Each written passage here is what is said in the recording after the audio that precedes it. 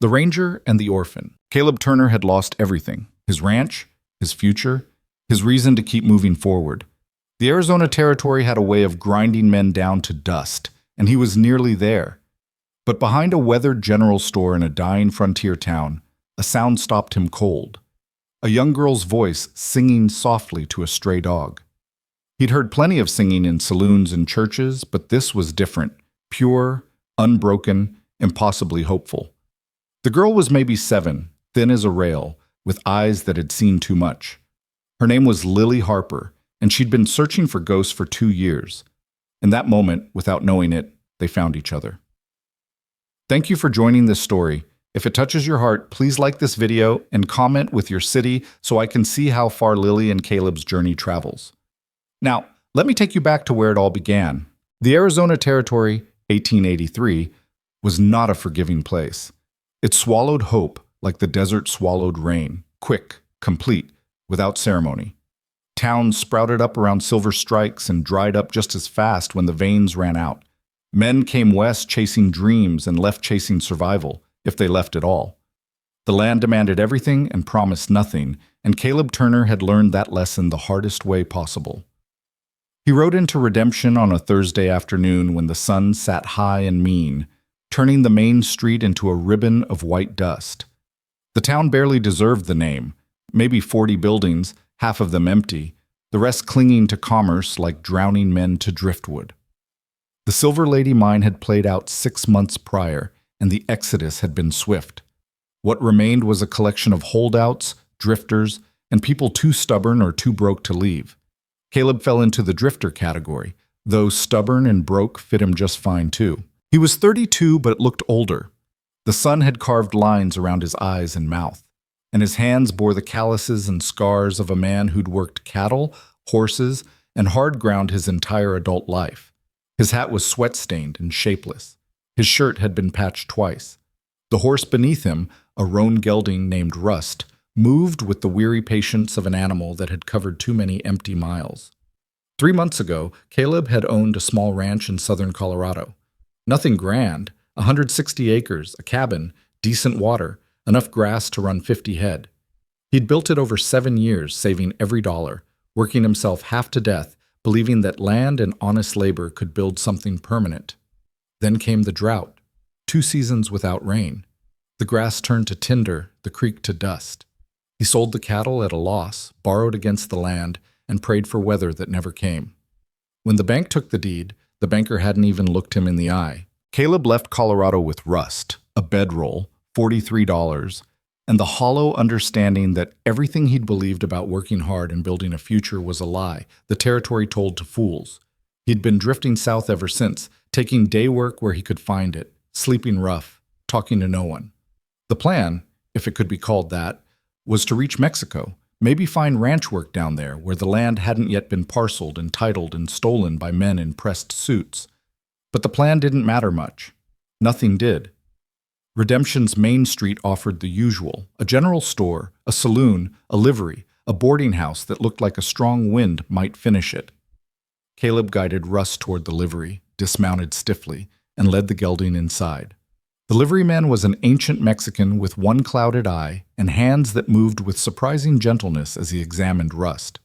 2 bits a night, feed included, the old man said. His voice carried the gravel of a lifetime breathing dust. Caleb paid for 3 nights, though he doubted he'd stay that long. The liveryman nodded, asked no questions, and led Russ to a stall. Caleb watched long enough to see the horse get water and hay, then stepped back into the brutal afternoon light. He needed food, but the prospect of sitting in a saloon or restaurant surrounded by noise and people felt exhausting.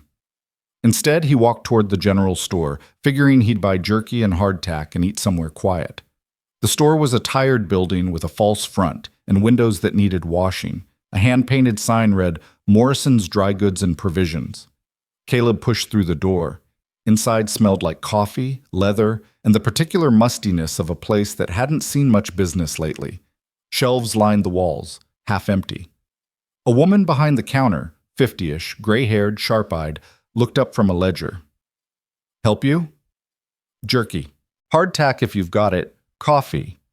She moved efficiently, pulling items from shelves and jars, wrapping them in brown paper. Caleb paid, pocketed his purchases, and turned to leave. That's when he heard it. Singing. Faint, coming from behind the building. A child's voice, clear and sweet, threading through the late afternoon heat like something from a different world entirely. Caleb hesitated, then pushed back outside and walked around the side of the store. The alley behind Morrison's was narrow, shaded, littered with crates and barrels. And there, sitting cross-legged in the dirt, was a girl. She couldn't have been more than 7 or 8, though her size made it hard to tell. She was small, thin in the way children get when meals are irregular. Her dress was faded calico, patched at the knees, too short in the sleeves. Dark hair hung in 2 braids, a little wild, a little tangled. Her feet were bare, dusty. And she was singing to a dog. The dog was a mutt, brown and black, ribs showing, one ear torn. It lay in the shade with its head on its paws, watching the girl with the wary attention of an animal that had learned not to trust easily. The girl sang without words, just a melody, soft and wandering, while her small hands worked at something in her lap. Caleb stopped. He didn't mean to. He'd planned to walk past, mind his business, find a quiet spot to eat, and disappear into his own thoughts. But the singing held him. The girl noticed him after a moment. She stopped singing and looked up. Her eyes were large, brown, startlingly direct. She didn't smile, didn't flinch, just watched him the way the dog did, measuring, careful. "Didn't mean to interrupt," Caleb said. "You didn't." Her voice was steady, unafraid. "I was just singing to Dust." "Dust?" She gestured to the dog. "That's his name, on account of he's the color of it." Caleb glanced at the dog, who hadn't moved. "Yours?" "Sort of. He doesn't belong to anybody, but he stays with me mostly." "What are you working on?" She held up her hands. In them was a small wooden frame strung with bits of wire and thread. "Trying to make a snare, for rabbits. Mr. Morrison said if I can catch any, he'll trade me for food." Caleb studied the contraption. It was crude but showed surprising ingenuity. "You know how to set it?" "I've seen it done. Haven't caught anything yet, though." "Rabbits are quick." "I know." She set the snare down and looked at him again. "You passing through?" "That's right." "Most people are." She said it without bitterness, just fact. "Where you headed?" "South." "Mexico?" "Maybe." She nodded as if this made perfect sense. Then she picked up the snare again and went back to adjusting the wire. Caleb stood there a moment longer, caught between the urge to leave and something else he couldn't name. Finally, he reached into his saddlebag and pulled out the jerky he'd just bought. He tossed it to her. She caught it reflexively, eyes widening. "Why?" "You look hungry." "I am, but so are you, probably." "I'll manage." She studied him with that same careful directness, then slowly unwrapped the paper and broke off a piece. She offered half to Dust, who sniffed it, then took it gently from her fingers. She ate the rest in small, deliberate bites, making it last. "Thank you," she said when she'd finished. Caleb nodded. "You got family here?" Her expression didn't change, but something shifted behind her eyes. "No." "Where are your folks?" "Don't know." The words hung in the air, simple and devastating. Caleb felt something tighten in his chest. "How long have you been on your own?" 2 years, near enough." She wiped her hands on her dress. "They went missing in a raid. Apaches, people said, but nobody knows for sure. I've been looking since." "Looking where?" "Everywhere I can, asking questions, listening. Sometimes people remember things if you ask enough." Caleb crouched down so they were eye level. "What's your name?" "Lily. Lily Harper." "I'm Caleb Turner." "Pleased to meet you, Mr. Turner." The formality was startling coming from a barefoot child in a dusty alley, but there was dignity in it too. Caleb recognized the instinct. When you had nothing else, you held onto your manners. "Where do you sleep, Lily?" "Different places. Sometimes the livery if Mr. Garcia lets me, sometimes under the boardwalk, sometimes out past town if the weather's good." "And Morrison lets you do odd jobs?" "When he has them. I sweep, stack shelves, haul water. He pays in food mostly. Sometimes pennies." She paused. It's enough. It clearly wasn't, but Caleb didn't argue. He stood, his knees protesting. The sun had started its descent, painting the eastern sky in shades of copper and rust. Soon it would be dark, and the desert night would turn cold. You got a place tonight? He asked. Lily shrugged. I'll find something. Caleb looked at her.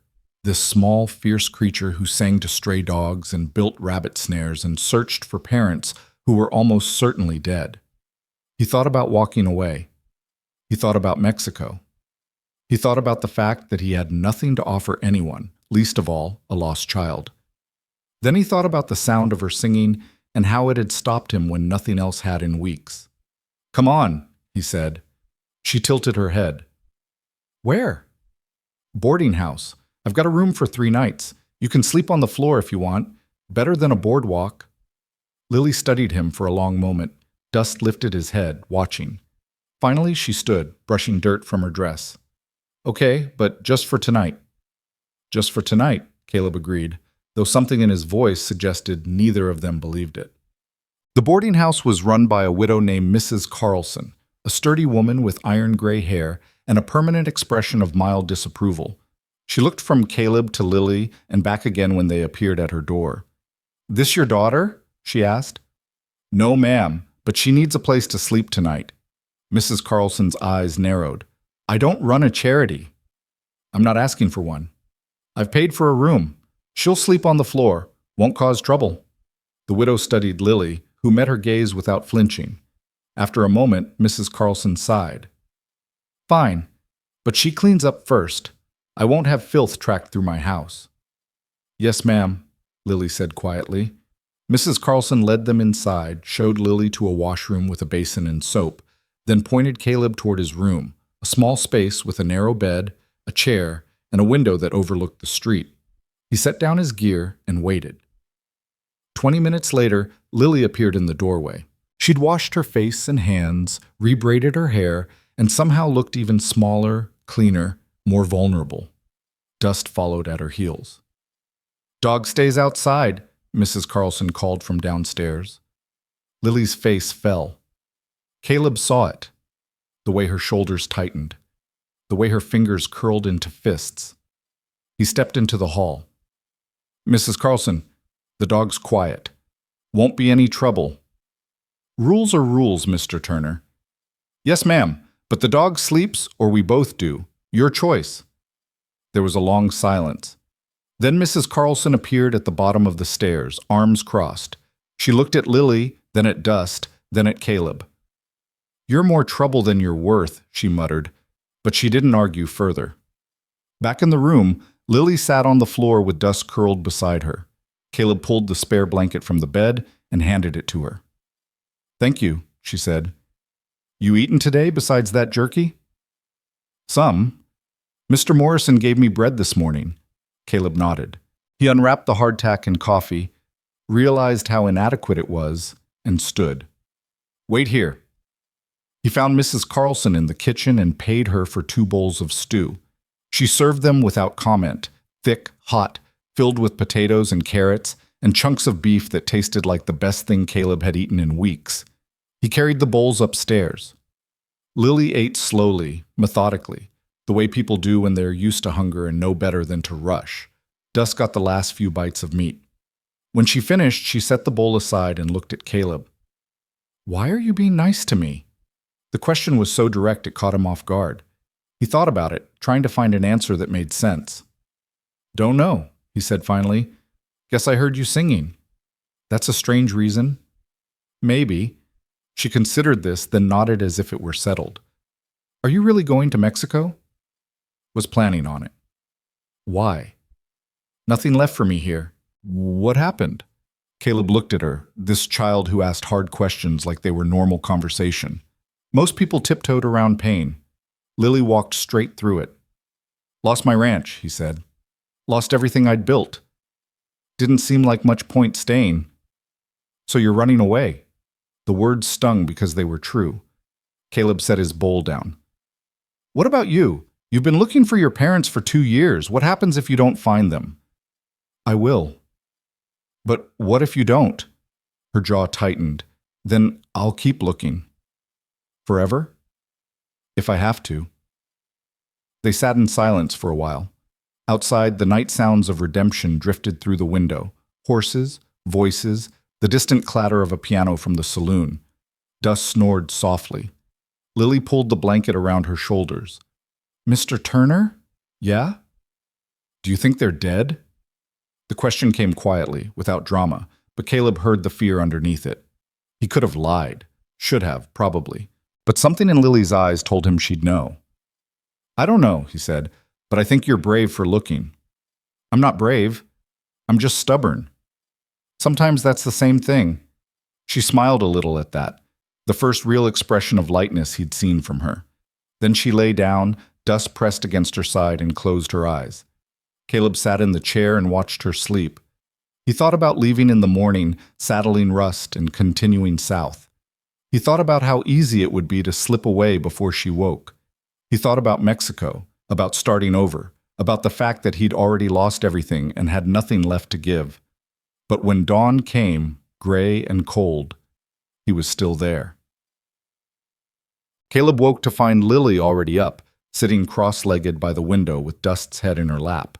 She was singing again, that same wordless melody from yesterday, and the morning light caught in her hair. You sleep? He asked. Some. You snore. Sorry. She shrugged. It's okay. Better than coyotes.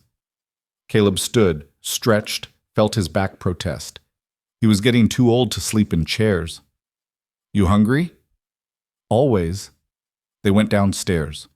Mrs. Carlson served breakfast, eggs, biscuits, coffee strong enough to strip paint. Lily ate like it was the last meal she'd ever have, then carefully wrapped 2 biscuits in a napkin.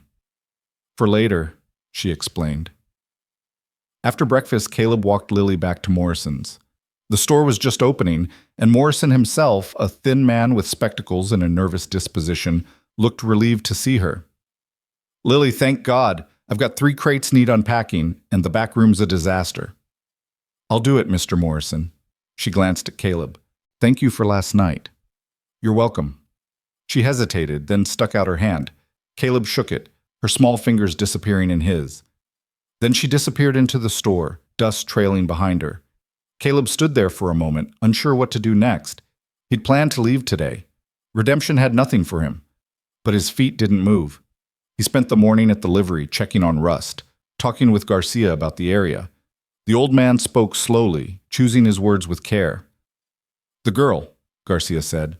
She is alone too long. Not my problem. Garcia looked at him with that clouded eye. No, but maybe you make it your problem anyway. Caleb didn't respond. He brushed Rust down, checked his hooves, tried not to think about what Garcia had said, but the words followed him. Around noon, he found himself back at Morrison's. The store was empty except for Lily, who was stocking shelves with the concentrated focus of someone who took every task seriously. When she saw him, she brightened. Mr. Turner, did you forget something? No, just thought I'd see if you needed anything. She climbed down from the stepladder. Mr. Morrison says business is slow. I'll probably finish early. Then what? Then I'll check my snares. Maybe ask around about my folks. Where do you ask? The saloon sometimes. People talk there. Or travelers passing through. Caleb thought about a 7-year-old girl in a saloon, asking questions about parents who'd been gone 2 years. The image made something twist in his gut. I could come with you, he heard himself say. Lily's eyes widened. Really? If you want. I do. She smiled, and it transformed her whole face. Thank you, Mr. Turner. That afternoon, they walked the perimeter of Redemption together, checking the crude snares Lily had set in the scrub brush beyond town.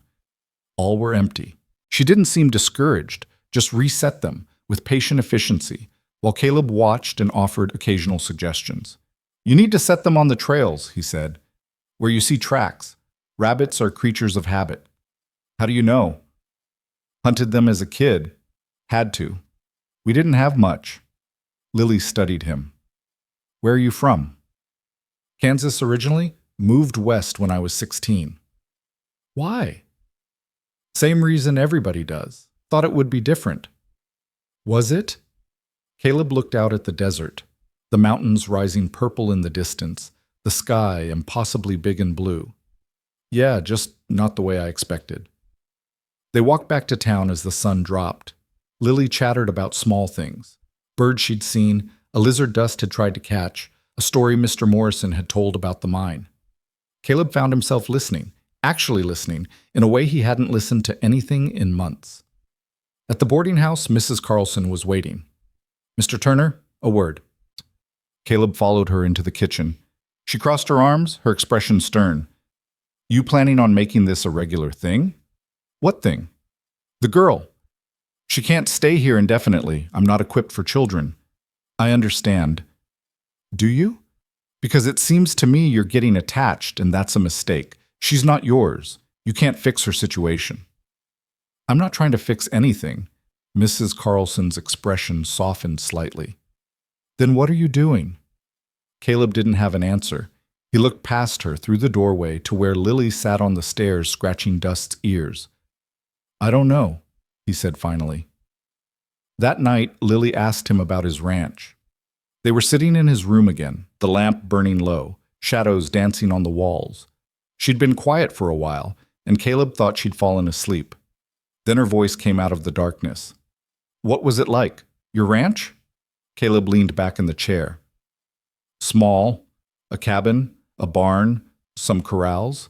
Creek ran through the north pasture. Good grass in the spring." "Did you like it?" "I did. Felt like something I'd built myself, you know? Something that was mine." "And then you lost it." "Yeah. That must have hurt." The simplicity of the statement, the complete absence of pity, made it easier to respond. "It did." "Do you miss it? Every day?" Lily was quiet again. Then, "I miss my parents every day too, but I don't remember them as much as I used to. Their faces are getting fuzzy. That scares me." Caleb's chest tightened. "That's normal, Lily. Memory fades. Doesn't mean what you felt wasn't real." "But what if I forget them completely?" "You won't, not the important parts." "How do you know?" "Because the important parts aren't what people looked like. It's how they made you feel. That doesn't fade." She thought about this.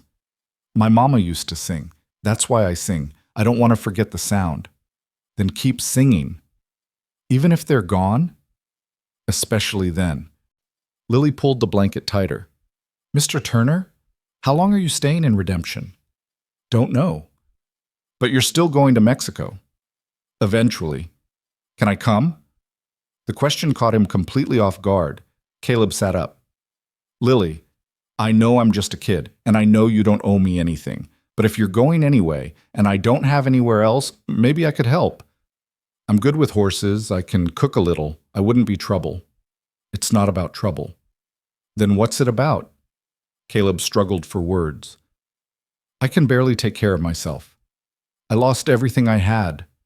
I'm not the person who should be responsible for anyone, especially a child. I'm already responsible for myself." "That's different." "Why?" "Because you deserve better than a drifter with $40 and no plan." Lily sat up, and even in the dim light he could see the fierceness in her eyes. "You gave me food when you didn't have to. You gave me a place to sleep. You helped me with my snares. You listened when I talked about my parents without telling me to stop hoping." Her voice cracked slightly. "That's more than anyone's done in 2 years, so maybe you don't have money or a plan, but you're not nobody, Mr. Turner, and I'd rather be with you than alone." The words hung between them, raw and honest and impossibly brave. Caleb felt something crack open inside him, something he'd kept locked down since losing the ranch, maybe longer. "Lily," he said quietly, "I don't know how to do this." "Neither do I, but maybe we figure it out together." He looked at her, this small girl who'd survived 2 years on her own through sheer stubborn will, who sang to stray dogs and built rabbit snares and asked impossible questions. And he realized that somewhere between yesterday afternoon and right now, everything had changed. "Okay," he said. "Okay? We'll figure it out, together." Lily's face lit up. She didn't hug him, didn't cry, didn't do any of the dramatic things children did in stories. She just nodded, once, serious and solemn, and said, Thank you. Then she lay down and fell asleep almost immediately, dust curled at her side. Caleb sat awake for hours, watching the stars through the window and wondering what the hell he'd just agreed to. He had no plan, no money, no idea how to care for a child. But for the first time since leaving Colorado, the emptiness that had lived in his chest felt a little less heavy. Maybe Garcia was right. Maybe he'd made Lily's problem his own. Or maybe, and this was the thought that kept him awake long into the desert night, maybe Lily had made his problem hers. And this strange, unexpected partnership was less about him saving her and more about them saving each other. The days that followed fell into an unexpected rhythm. Mornings, Lily worked at Morrison's while Caleb took odd jobs: fence repair, stable mucking, hauling freight. The work was hard but simple, and the pay, while meager, was steady. He started saving again. Not for land this time, but for something more immediate: food, supplies, a future that stretched further than tomorrow. Afternoons, they met. Sometimes Caleb helped Lily check her snares. Other times they simply walked, talking or not talking, with dust ranging ahead. Lily taught him the names she'd given different parts of town: the broken step, the crooked post, the place where shade happens. Caleb taught her how to read tracks, how to tell fresh water from alkali, how to start a fire with damp wood. Evenings, they returned to the boarding house. Mrs. Carlson had stopped commenting on Lily's presence, though she'd charged Caleb an extra 50 cents a week for the inconvenience. He paid without argument. In return, she fed Lily dinner and pretended not to notice when dust slept inside. At night, they talked. Caleb learned about Lily's life before the raid: a small homestead north of Tucson, a father who worked freight, a mother who taught school. He learned about the day the raiders came, how Lily had been in town with Morrison when it happened, how she'd returned to find the homestead burned and her parents gone. "Nobody looked for them," she said one night. "Not really. The sheriff said it was too dangerous, that the trail was cold, so I started looking myself." "That's when you started drifting?" "Yeah. Figured if I kept moving, kept asking, someone would know something." She paused. "Nobody ever did, though. After a while, people stopped listening, said I should accept it and move on." "But you didn't." "Couldn't. Still can't." Caleb understood. He'd spent 3 months running from what he'd lost, trying to outpace grief and failure. Lily had spent 2 years running toward what she'd lost, chasing ghosts through the territory. Different directions, same desperation. "What if we stopped running?" he said. Lily looked at him. "What do you mean?" "I mean, what if we stayed, right here, built something?" "Like what?" "I don't know yet. But Redemption's got land, got water. It's dying now, but towns come back. People stay. Maybe we could too." Lily was quiet for a long time, then, "You'd give up Mexico." Mexico was just somewhere else to fail. "Maybe it's time I tried something different." "What about my parents?" Caleb chose his words carefully. "You can keep looking, keep asking, but maybe you do it from a place instead of while drifting. Maybe you build something while you wait for answers." "You think I'm wasting my time looking for them?" "No. I think you're the bravest person I've ever met, but bravery doesn't mean you can't have a home." Lily pulled her knees to her chest. "What if I stop looking and they're still alive? What if they're waiting for me to find them?" "Then you haven't stopped. You've just changed how you look." He leaned forward. "Lily, you've been surviving for 2 years. That's enough. You deserve to start living." Her eyes were wet, but she didn't cry. "What if I don't remember how?" "Then we learn together." She smiled, small and tentative. "You say that a lot, together." Getting used to it. The next morning, Caleb spoke with Morrison about steady work. The storekeeper was surprised but pleased. Business had picked up slightly, and he needed help with inventory and deliveries. The pay was modest, but it came with a small room above the store. "It's not much," Morrison said, showing Caleb the space, "but it's dry, and it's yours if you want it." Caleb looked around. The room was maybe 12 by 12, with a window, a wood stove, and enough space for a bed and a few pieces of furniture. It smelled like coffee and dust and possibility. "I'll take it," he said. That afternoon, he and Lily moved their few belongings from the boarding house. Mrs. Carlson watched from her porch, arms crossed, expression unreadable. "You're making a mistake," she called. "Probably," Caleb agreed. "That child needs stability, a real home." "Working on it." Mrs. Carlson's expression softened fractionally. "See that you do." Then, almost as an afterthought, "If you need anything, you know where to find me." It wasn't quite a blessing, but it was close enough. The room above Morrison's became their world. Caleb built a second bed from scrap lumber. Lily made curtains from flour sacks, stitching them by lamplight with thread Morrison donated. Dust claimed the spot by the stove and refused to move. Slowly, carefully, they built something that resembled a life. Lily thrived. With regular meals, she filled out, grew taller, gained color. She learned to read with Morrison's help, devouring every book he'd lend her. She memorized poetry and recited it while checking snares. She befriended the other children in town, what few remained, though she always seemed slightly apart, older in ways that had nothing to do with years. Caleb worked. He learned Morrison's business, took on more responsibility, became someone the town could count on. He fixed what was broken, hauled what needed hauling, showed up when he said he would. It was simple work, honest work, and it filled the hours between dawn and dark. But at night, in the quiet moments before sleep, he felt the weight of what he'd taken on. He was responsible now for Lily, for their future, for decisions that would shape her life. The enormity of it sometimes left him breathless. One evening, maybe 6 weeks after they'd moved into Morrison's, Lily came home excited. "Mr. Turner, I caught one." "Caught what?" "A rabbit! In my snare, look!" She held up a good-sized cottontail, already cleaned and ready for cooking. Her face glowed with pride. Caleb felt his chest swell. "You did good, Lily. Real good. Mr. Morrison said I could keep it, said I earned it." She paused. "Can you show me how to cook it?"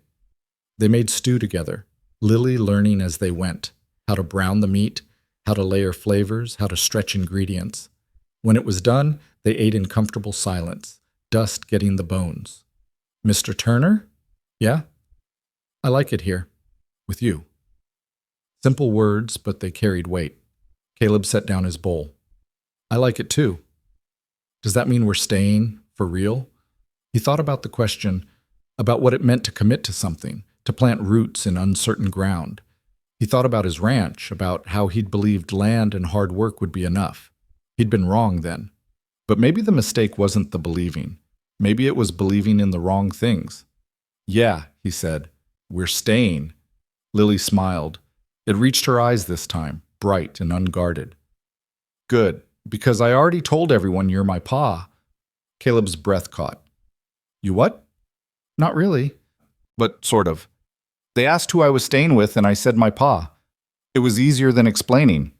"Lily, I know you're not. I know you're just helping me. But it feels like you could be, if you wanted." She looked down. "Is that okay?" Caleb felt something break loose inside him, something that had been locked down since the day he lost the ranch, maybe since long before that. He thought about family, about what it meant, about the difference between blood and choice. "Yeah," he said, his voice rough. "It's okay." Lily looked up, hope written clear across her face. "Really?" "Really." She nodded once, solemn and serious. Then she went back to her stew, but Caleb saw her wiping her eyes. That night, lying in his bed in the small room above Morrison's store, with Lily asleep across from him and Dust snoring by the stove, Caleb Turner realized something he hadn't expected. He wasn't running anymore. He'd found something worth staying for. And maybe, just maybe, that was the beginning of everything. Winter came to the Arizona Territory like a quiet thief, stealing warmth from the days and leaving frost on the windows of Morrison's store. Caleb woke one December morning to find Lily already dressed, standing at the window with her breath fogging the glass. "It snowed," she said, wonder in her voice. Caleb joined her. A thin layer of white covered the street, delicate and temporary. In an hour, the sun would burn it away, but for now, redemption looked almost beautiful, softened and clean. "You seen snow before?" he asked. "Once, when I was little. Mama said it was a gift." She said it without the usual catch in her voice, and Caleb noticed. Over the past weeks, Lily had started speaking about her parents differently, less like open wounds, more like memories she could touch without bleeding. He didn't know if that was progress or resignation, but he knew better than to question it. "Get your coat," he said. "Let's see if any of your snares caught something before this melts." They walked out together, dust bounding ahead through the thin snow. The desert looked strange dressed in white, the saguaros like frosted sentinels, the scrub brush transformed into something almost elegant. Lily's snares were empty, but she didn't seem disappointed. She was too busy trying to catch snowflakes on her tongue. "Mr. Turner?" "Yeah?" "When spring comes, can we plant a garden? Behind the store?"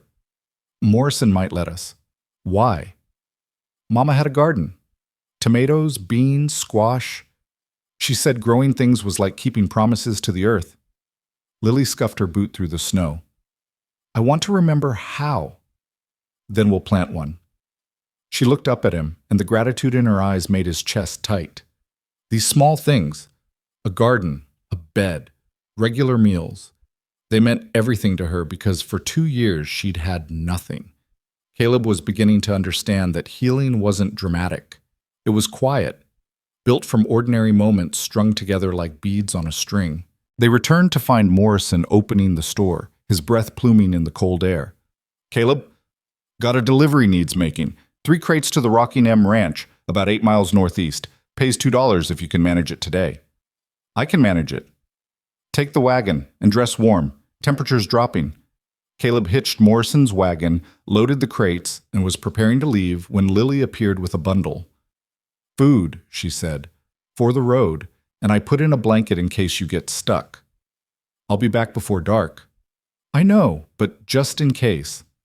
He took the bundle, touched by the careful way she'd thought through what he might need. "You'll be all right here?" "Mr. Morrison needs help with inventory, and Dust will keep me company." She paused. "Be careful." "Always am." The ride to the Rockingham took 3 hours through country that grew rougher as he traveled. The ranch sat in a valley between low hills, a sprawling operation with good buildings and fat cattle. The foreman, a weathered man named Sykes, directed Caleb to the barn. "Morrison's order?" "Yes, sir." Sykes checked the crates, nodded approval, and paid Caleb in silver dollars that felt substantial in his hand. Then he gestured toward the main house. "Boss wants to talk to you. Name's Catherine Moss. Owns the place." Caleb followed Sykes to a house that was bigger than any he'd seen outside of Denver. 2 stories, wraparound porch, glass windows that caught the winter light. A woman in her 50s answered the door. She was tall, iron-haired, with the straight spine and direct gaze of someone used to command. "You're Morrison's new man," she said. Not a question. "Yes, ma'am. Caleb Turner." "Come in. Coffee's hot." The interior was warm, furnished with solid pieces that spoke of money and taste. Catherine Moss poured coffee into china cups and sat across from Caleb at a massive oak table. "Morrison speaks well of you, says you're reliable." "I try to be." "I'm looking for a foreman. Current one's retiring come spring. Job pays $40 a month plus house and provisions. You interested?" $40 a month was more than Caleb had earned in years. A house meant stability, meant Lily could have her own room, meant a future that looked like something more than scraping by. But it also meant leaving Morrison, leaving the small room above the store where they'd built their fragile life. "That's generous, ma'am. Can I think on it?" Catherine studied him over her coffee cup. "You've got a child with you. Girl, Morrison says. Your daughter?" "Not by blood, but yes. She'd be welcome here. We've got a schoolhouse 3 miles south. Teacher's competent. Better than what she'd get in Redemption."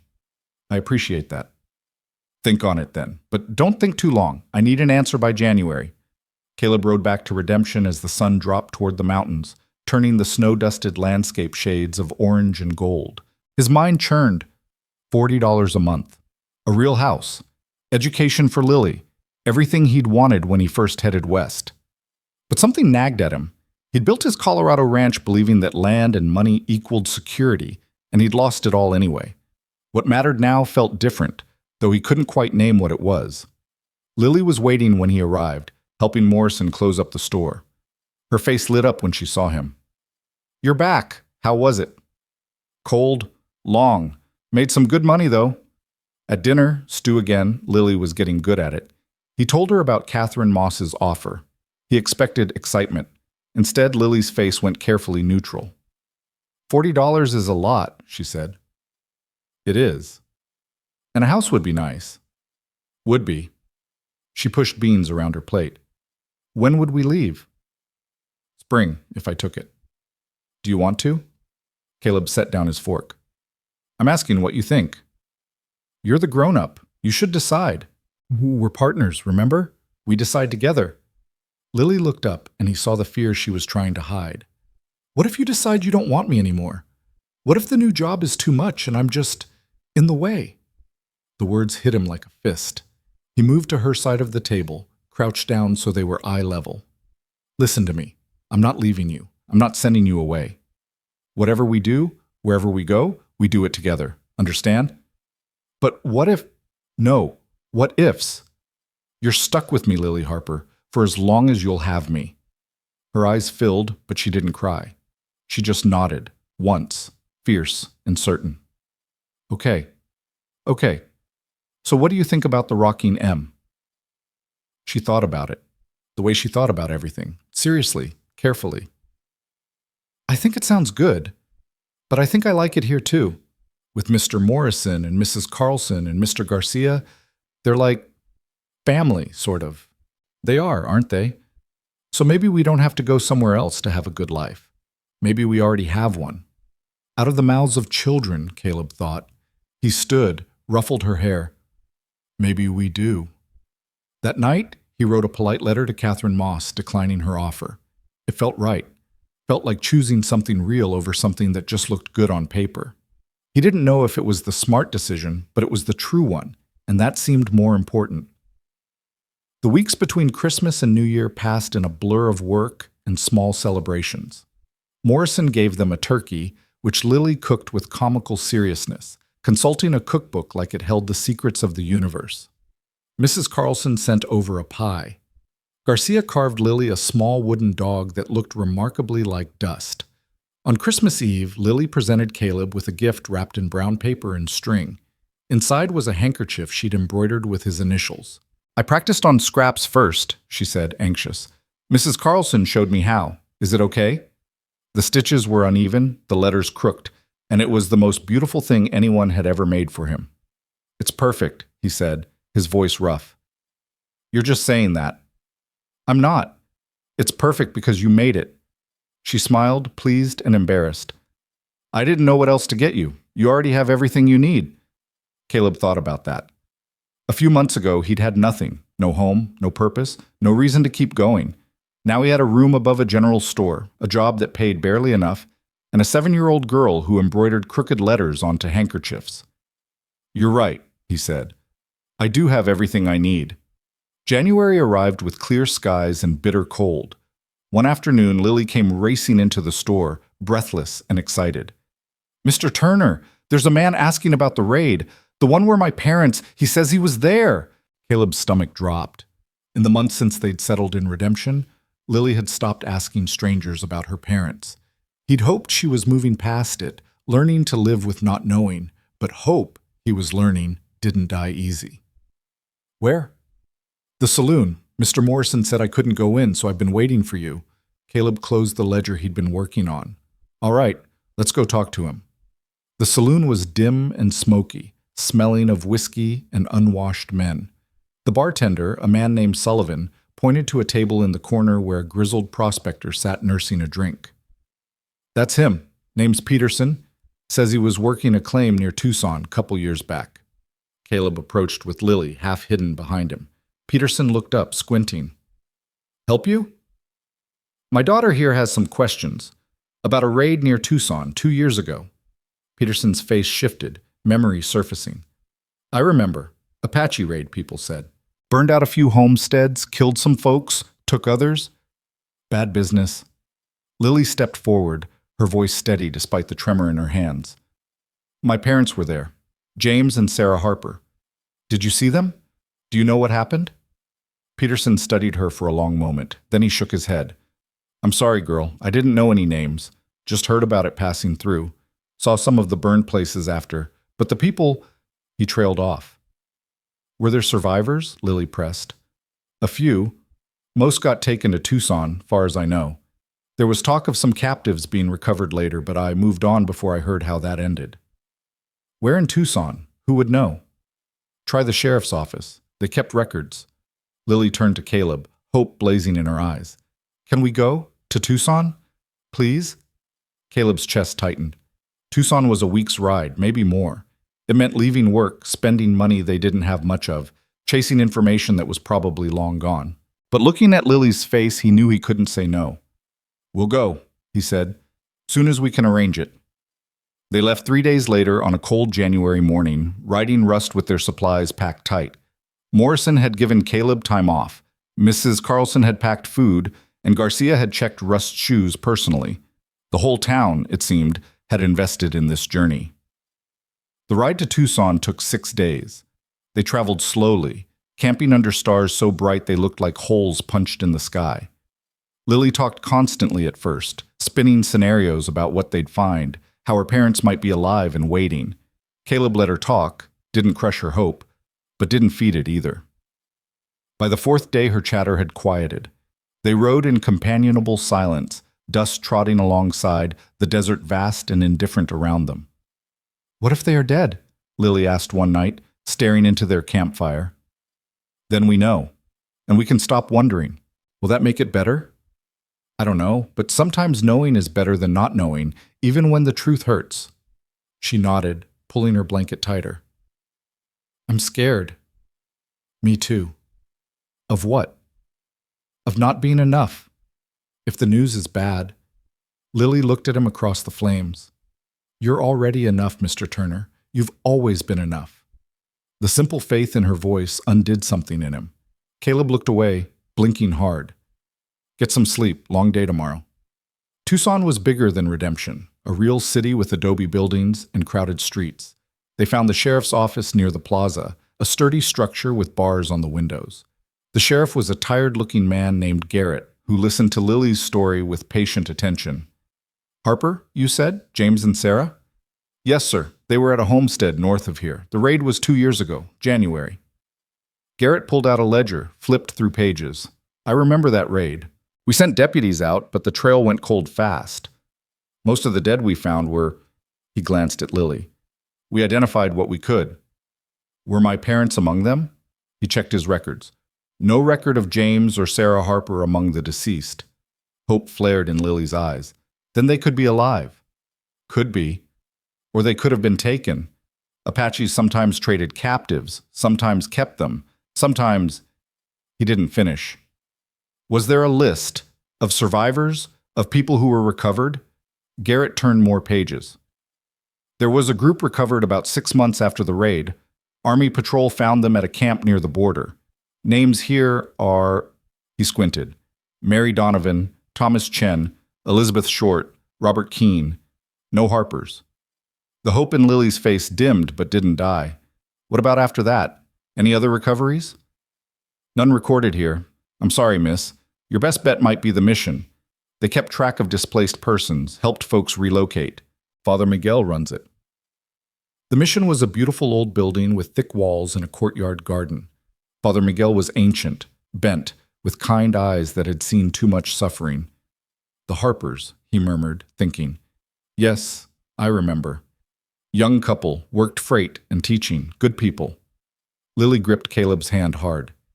Do you know what happened to them? The old priest's face grew sad. The woman, Sarah, she was among those recovered by the army. She came here after, stayed perhaps a month. Is she still here? Can I see her? I'm afraid not, child. She was very ill. The captivity had been hard on her. We did what we could, but... He shook his head. She passed 3 months after arriving. We buried her in the cemetery behind the mission.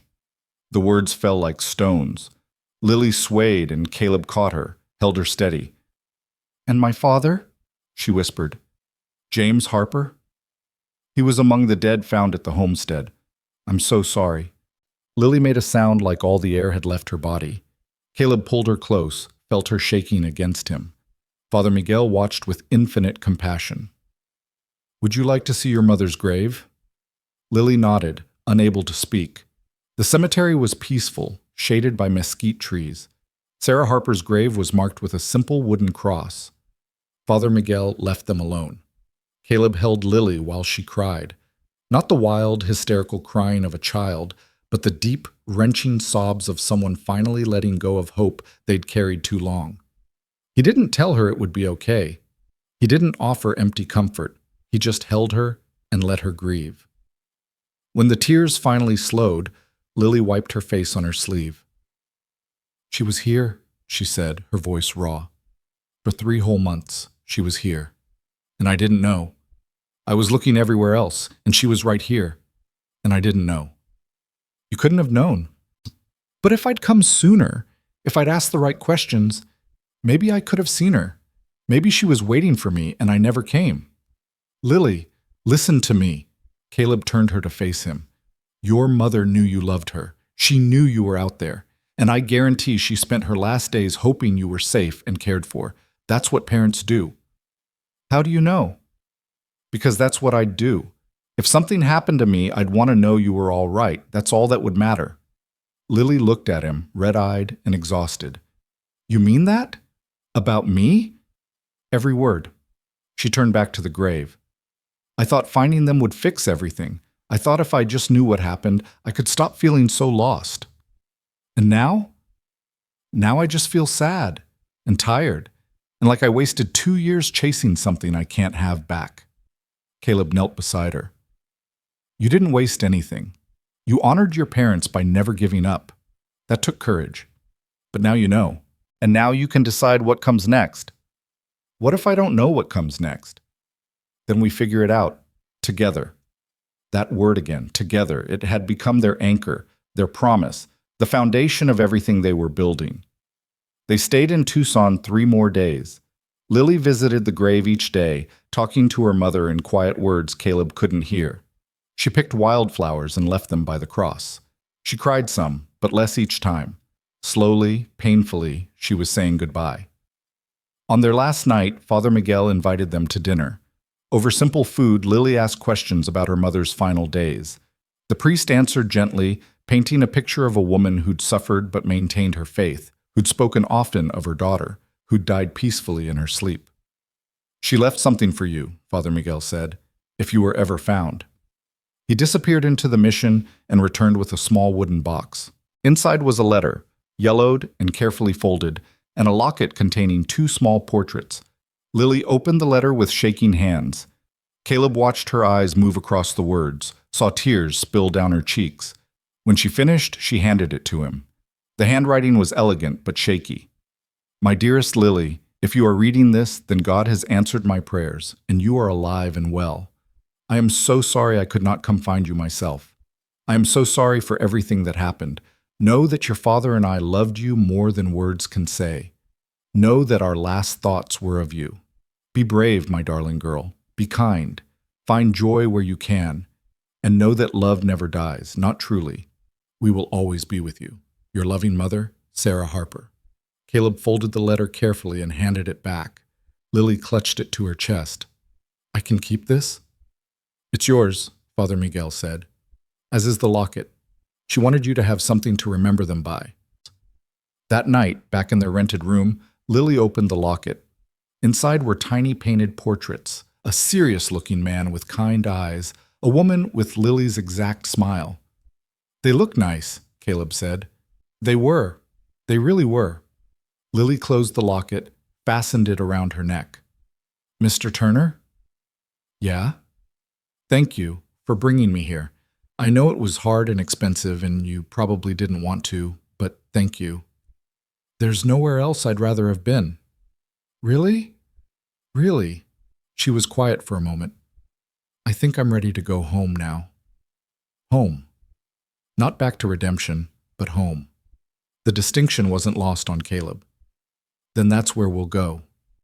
The ride back took 7 days because they moved slower, stopping often, letting Lily process everything in her own time. She talked about her parents some, about memories that were no longer fuzzy but clear and precious. She cried some, but she also laughed, pointed out birds, sang her mother's songs. On the fourth day, she turned to Caleb. I've been thinking. About? About what you said. About choosing what comes next. She paused. I want to stay in redemption. I want to keep living above Morrison's store and checking snares and learning to read better. I want to plant that garden in spring. That sounds good. But there's something else I want too. What's that? She took a breath. I want you to be my real pa. Not just pretend. Not just because it's easier to explain, but for real, with papers and everything. If you want to.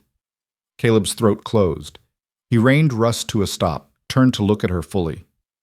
You sure about that? I've never been more sure of anything. You've taken care of me, taught me things, made me feel safe. That's what a father does. Blood doesn't make family. Choosing does. And I choose you. The words hit him with the force of revelation. All his life, Caleb had believed family was something you were born into, that belonging was a matter of blood and circumstance. But Lily was right. The deepest bonds were the ones you chose, the ones you built through showing up and staying and choosing over and over to be present. I choose you too, he said, his voice rough with emotion. I'd be honored to be your father, for real. Lily's face blazed with joy. She launched herself at him, nearly unseating them both, wrapping her arms around his neck in a fierce hug. Thank you, she whispered. Thank you, Pa. Pa. The words settled over Caleb like a benediction, like a responsibility, like the most important title he'd ever been given. He held her tight, this small girl who'd lost everything and still found the courage to build something new. They rode into Redemption on a cold February evening. The town looked exactly the same, weathered, worn, clinging to life at the edge of nowhere. But it also looked different, transformed by the simple fact that it was theirs, that they belonged here, that they'd chosen it. Morrison came out when he heard the wagon. You're back! Did you find what you were looking for? Lily slid down from Rust, her hand finding Caleb's. Yes, sir, we did. That night, back in their small room above the store, Lily unpacked their belongings while Caleb started a fire in the stove. Dust immediately claimed his spot and fell asleep. Everything was exactly as they'd left it, but everything had also changed. Pa? Caleb turned. The word still sent a jolt through him, unfamiliar and perfect. Yeah? I'm glad we came home. Me too. Lily sat on her bed, the locket around her neck, the letter from her mother carefully stored in the wooden box. I'm sad about Mama and Papa. I think I'll always be sad about them. That's okay. Sad doesn't mean you can't also be happy. I know. And I am happy. Here. With you. She paused. Is that wrong, to be happy when they're gone? Caleb sat beside her. Your mother's letter said to find joy where you can. I think she'd want you to be happy. I think she'd be glad you found someone to take care of you. You really think so? I know so. Lily leaned against him, and they sat in comfortable silence as the fire crackled and the desert night settled around them. Outside, Redemption slept, this dying town that had somehow become home. And inside, in a small room above a general store, a man and a girl who'd both lost everything discovered they'd found what mattered most. Family. Not by blood, but by choice. Not by accident, but by intention. Not perfect, but real. And in the Arizona territory where the desert was hard and life was harder, that was enough. More than enough. It was everything. Spring arrived in this territory with the subtlety of a whispered promise. The frost retreated, the days lengthened, and the desert transformed from brown and gray to a tapestry of unexpected color, wildflowers blooming in impossible places, cacti crowned with brilliant blossoms, the air itself seeming to vibrate with renewed life. True to her word, Lily began planning her garden the moment the ground thawed. She spent evenings sketching layouts on scraps of paper, consulting Morrison's almanac, asking every passing traveler about what grew best in Arizona soil. Caleb watched her preparations with quiet amusement, recognizing in her intensity the same fierce determination that had kept her alive during those 2 years alone.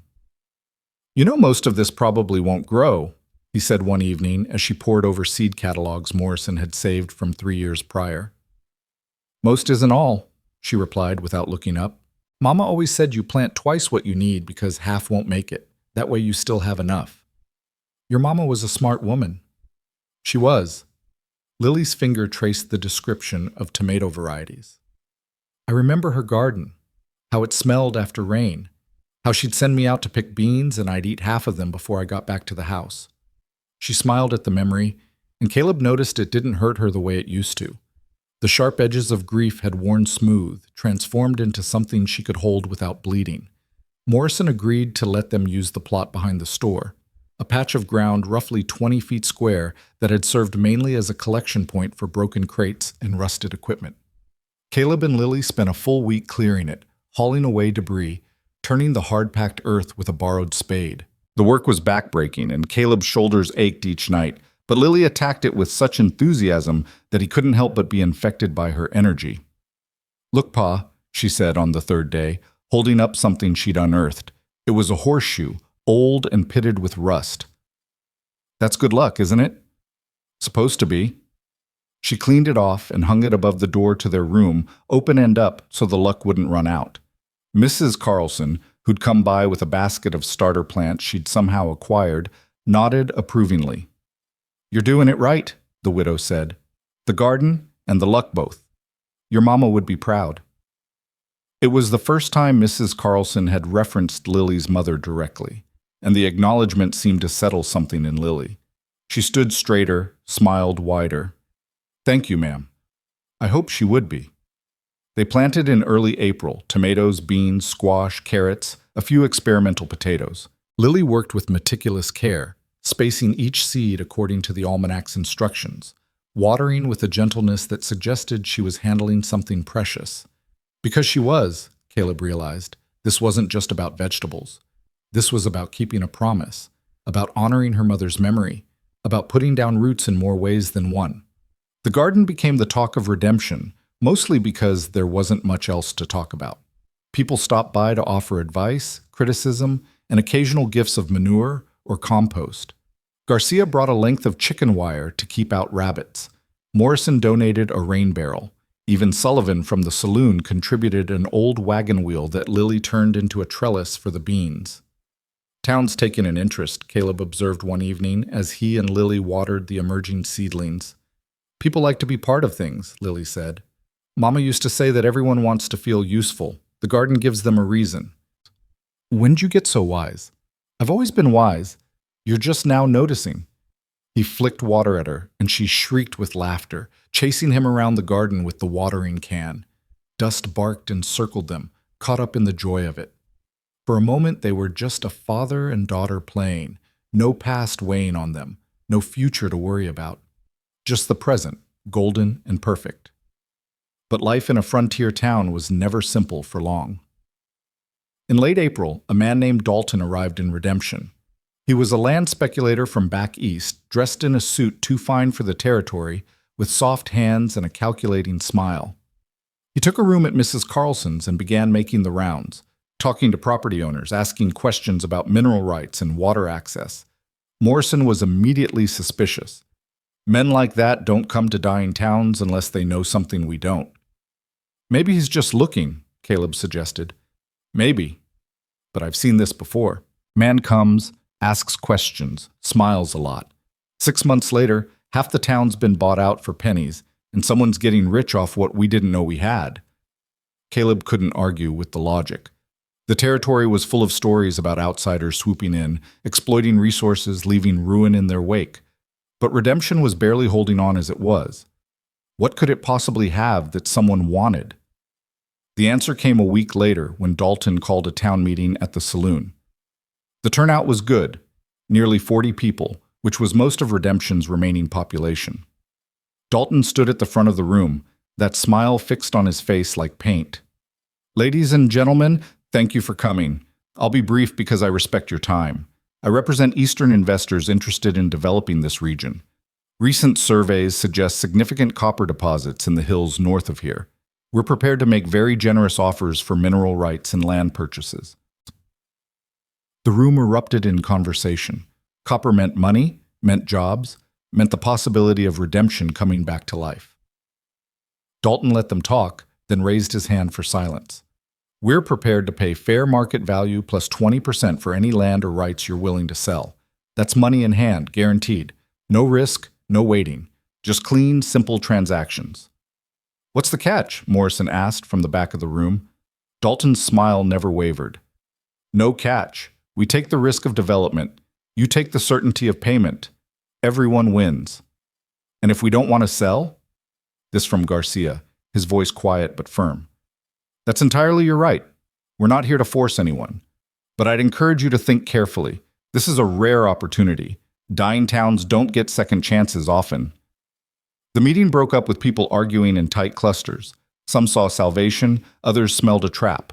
Caleb kept his thoughts to himself and ushered Lily home through the crowd. "What do you think, Pa?" she asked once they were back in their room. "I think it sounds too good to be true." "Are you going to sell Morrison's store?" "It's not mine to sell, and even if it was, I wouldn't, not without knowing more." But over the following weeks, people started selling. The couple who ran the boarding house 2 streets over sold and moved to Phoenix. A rancher north of town sold his mineral rights for enough money to retire. Even some of the longtime residents began to waver, seduced by the promise of cash and the fear of being left behind. Morrison held firm, and so did Garcia and Mrs. Carlson. But the fracture in the community was visible, a crack running through the town's foundation. Then Dalton came to the store. Caleb was helping Morrison with inventory when the door opened and the speculator walked in, still wearing that suit, still smiling. "Mr. Morrison? Mr. Turner, beautiful day, isn't it?" "What can we do for you, Mr. Dalton?" Morrison's tone was polite but cold. "I wanted to make you an offer, personal, generous, $5,000 for the store and the land it sits on." The number hung in the air, staggering. Caleb knew Morrison had maybe $300 in inventory, that the building itself was worth perhaps $1,000. This was 10 times, 20 times what the property should bring. Morrison's face remained impassive. "Why so much?" "The location is strategic, right in the center of what will become a very busy town once development starts." "And if I say no?" Dalton's smile thinned slightly. "Then you say no. But I'd hate to see you miss this opportunity. Towns change quickly once industry moves in. The people who benefit are the ones who act decisively." "I'll think about it." "Don't think too long. Offer expires in 2 weeks." After Dalton left, Morrison sat heavily on a stool. He looked every one of his 60-some years. $5,000, he said quietly. "That's enough to retire on. Move to Santa Fe. Live comfortable." "You thinking about taking it?" Caleb asked. "I'm thinking I'm tired. Thinking this town's been dying for years and maybe it's time to let it. Thinking $5,000 is more money than I'll see in a lifetime of selling flour and nails to people who can barely afford them." Caleb understood. He'd felt that exhaustion himself, that bone-deep weariness that came from fighting odds that never improved. But he also remembered what Lily had said about putting down roots, about choosing what mattered. "Can I ask you something?" Caleb said. Morrison nodded. "Why'd you stay? After the mine closed, when everyone else was leaving, why'd you stay?"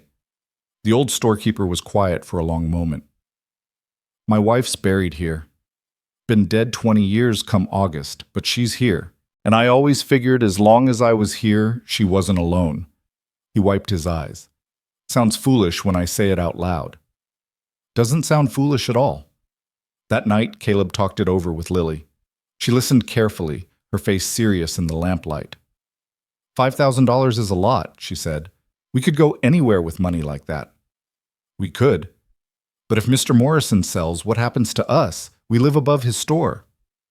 "We'd figure something out. We always do." Lily picked at the edge of her blanket. "I don't want to leave. I know that's selfish. I know Mr. Morrison deserves to retire and be comfortable. But I like it here. I like our garden and our room and knowing everyone. I don't want to start over somewhere else." "That's not selfish. That's honest." "But what can we do? We can't tell him not to sell. That wouldn't be fair." Caleb had been thinking about that very question. An idea had been forming, risky and probably foolish, but possibly the only way forward. "What if we bought the store?" Lily's eyes widened. "Us? How? We don't have $5,000. "No, but we might be able to work something out. I've got about $300 saved. If Morrison would take that as down payment and let us pay the rest over time." Would he do that? I don't know, but it's worth asking. Morrison listened to Caleb's proposal the next morning with raised eyebrows and a skeptical expression. You want to buy the store? You barely have enough to eat most months. Which is why I'm proposing payments over 10 years, $300 down, then $50 a year until it's paid off. That's only $800 total. Dalton's offering $5,000. Dalton's offering cash you don't need and a future you didn't ask for. I'm offering to keep this place alive, to honor what you built, to make sure your wife's town doesn't disappear completely. Morrison's face worked through several emotions. That's a low blow using Catherine against me. Is it working? Maybe. The old man sighed. I'd be a fool to take it. Business sense says take Dalton's money and run. Since when did you make decisions based on business sense? Morrison laughed, short and sharp. Fair point. He drummed his fingers on the counter. Let me think about it. Talk to Mrs. Carlson. Get her opinion. She's got a head for these things. Caleb nodded, trying to keep his expression neutral, even though his heart was racing. This was a long shot. Probably impossible, but it was the only shot they had. 3 days later, Morrison called him into the back room. Mrs. Carlson was there too, looking stern and businesslike. We've discussed your proposal, Morrison said, and we have a counteroffer. Caleb's stomach dropped. All right. $200 down, $40 a year for 15 years. That's $800 total, but there's conditions. Well, what conditions? Mrs. Carlson spoke up. You take me on as a partner, silent partner, but I want 10% of profits and a say in major decisions. I'm investing my retirement money in this, Mr. Turner. I won't do it without protection. And, Morrison continued, you agree to keep the store's name. Morrison stays Morrison's even after I'm gone. That's non-negotiable. Caleb felt something loosen in his chest. Done. All of it. They shook hands, and just like that, Caleb Turner became a property owner for the second time in his life. It was terrifying and exhilarating and felt nothing like the first time. The Colorado ranch had been about proving something, about building success from nothing. This was different. This was about preserving something that mattered, about choosing community over profit, about putting down roots so deep they couldn't be easily torn up. When he told Lily that evening, she threw her arms around him so hard they nearly toppled over. We own it? Really? We really do. Well, mostly. We'll be paying for it until you're grown, but it's ours. This is the best day ever, better than the garden, even. Thought the garden was pretty important. It is, but this means we're staying forever, right? No matter what happens with Mr. Dalton and his copper? No matter what, Caleb confirmed. The news spread quickly through Redemption. Some people thought Caleb was crazy. Others admired his commitment. Garcia just nodded as if this was exactly what he'd expected all along. Dalton, when he heard, came to the store with his smile notably strained. Mr. Turner, I understand you've purchased this property. I'd like to make you an offer. Not interested. You haven't heard the amount. Don't need to. It's not for sale. Dalton's smile disappeared entirely. You're making a mistake. When the copper operation starts, this area will be industrial. Noisy, dirty, busy. Not a good place for a child. Caleb felt his jaw tighten. My daughter's welfare is my concern, not yours. I'm simply trying to help you see. I see fine. And what I see is a man who's used to getting what he wants through money and pressure. Well, some things aren't for sale. This store is one of them. Dalton studied him for a long moment. You're principled. I respect that. But principles don't pay bills when the town around you collapses. Then I guess we'll collapse with it. After Dalton left, Morrison emerged from the back room where he'd been listening. That was well said. Probably just made an enemy. Probably. But some enemies are worth making. The confrontation with Dalton shifted something in the town. People who'd been wavering started asking harder questions. What exactly were these copper deposits? Where were the surveys? Who else was investing? Dalton's answers grew vaguer, his patience thinner. By June, most of the people who wanted to sell had sold. Dalton's company now owned significant parcels of land and mineral rights. But the core of Redemption, Morrison's store, Garcia's livery, Mrs. Carlson's boarding house, the church, a few stubborn homesteaders, remained independent. Then the trouble started. It began small. Vandalism, mostly. Someone broke windows at the church. Garcia found his tack room ransacked. Mrs. Carlson discovered trash dumped in her well. Nothing provable, nothing that could be traced back to anyone specific, but the message was clear. Resistance had consequences. Caleb started sleeping lighter, keeping his rifle close. He made sure Lily stayed near the store, didn't wander alone. The easy rhythm they'd established fractured under the weight of tension. "I'm scared," Lily admitted one night. "I know, me too. Maybe we should have sold. Maybe it's not worth it."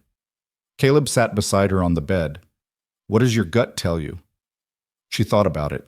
"My gut says this is our home, and we shouldn't let anyone take it." "Then we listen to your gut." "But what if something happens? What if they hurt someone?" "Then we deal with it.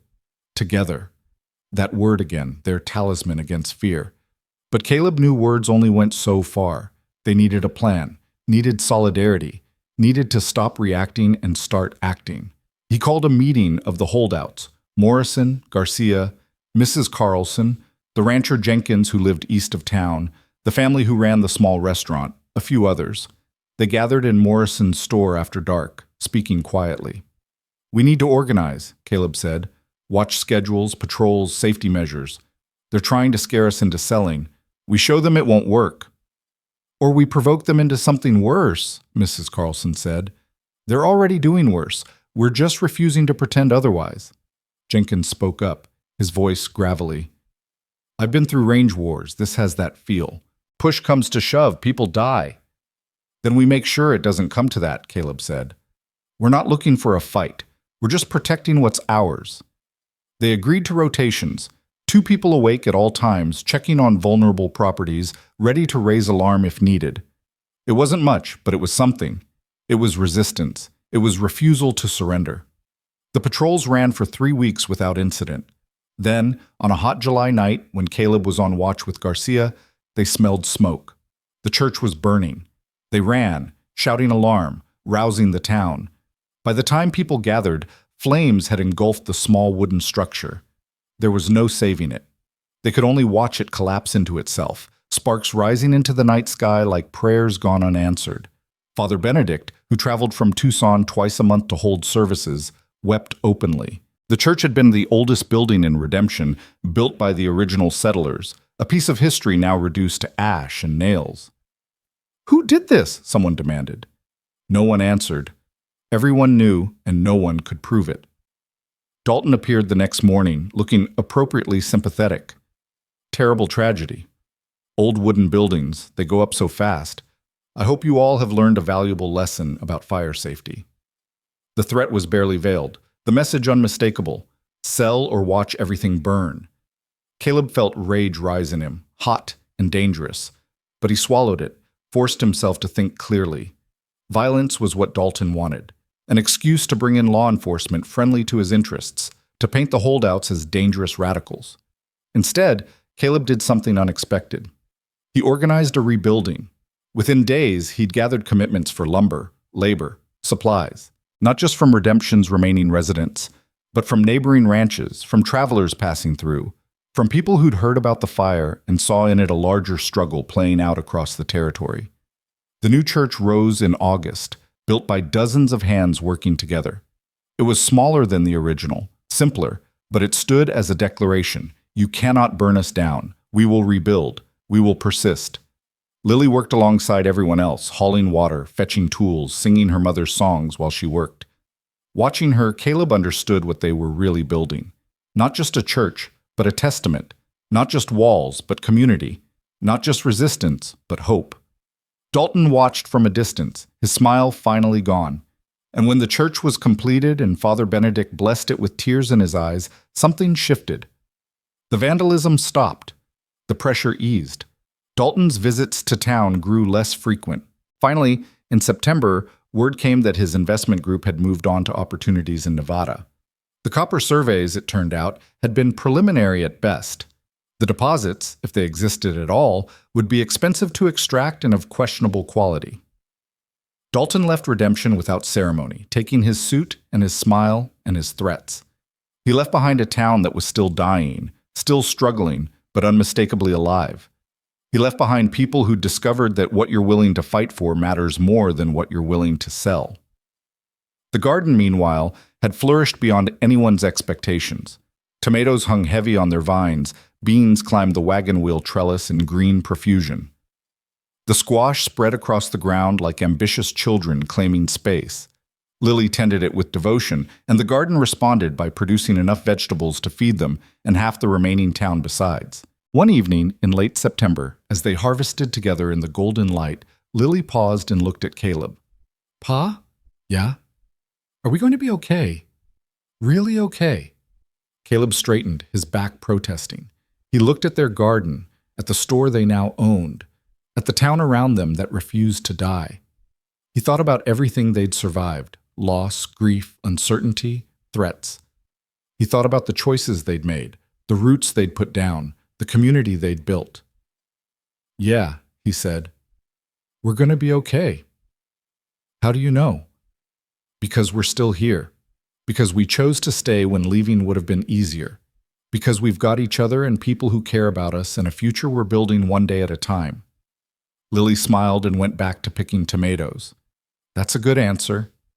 Learned from the best." As the sun set over Redemption, painting the sky in shades of copper and gold, Caleb Turner realized something profound. He'd come to this town broken, running, convinced he had nothing left to give. But in choosing to stay, in choosing Lily, in choosing to fight for something beyond himself, he'd discovered a truth that had eluded him his entire life. Home wasn't a place you built. It was a decision you made, over and over, to show up and stay and choose love over fear. And in a small room above a general store in a dying Arizona town, with a daughter he'd chosen and who'd chosen him, surrounded by a garden that grew despite impossible odds, Caleb Turner had finally found his way home. The years that followed Dalton's departure settled into a rhythm that felt less like survival and more like living. Redemption didn't boom. The promised copper never materialized into anything more than rumor. But it didn't die either. It existed in that strange middle ground, a town that refused to thrive but equally refused to disappear, sustained by the stubborn will of people who'd chosen to stay. Lily grew. Not just taller, though she did that too, shooting up like a weed until Caleb had to let down the hems of her dresses twice. She grew in confidence, in capability, in the quiet strength that came from surviving hard things and discovering you were stronger than you knew. By the time she turned 10, she could run Morrison's store as well as Caleb could, knew every item in inventory, could calculate profit margins in her head, and had a way with difficult customers that bordered on magical. "You've got your mother's gift, Mrs." Carlson told her one day, watching Lily charm a cantankerous rancher into buying twice what he'd planned. "She could make anyone feel heard. You've got that same quality."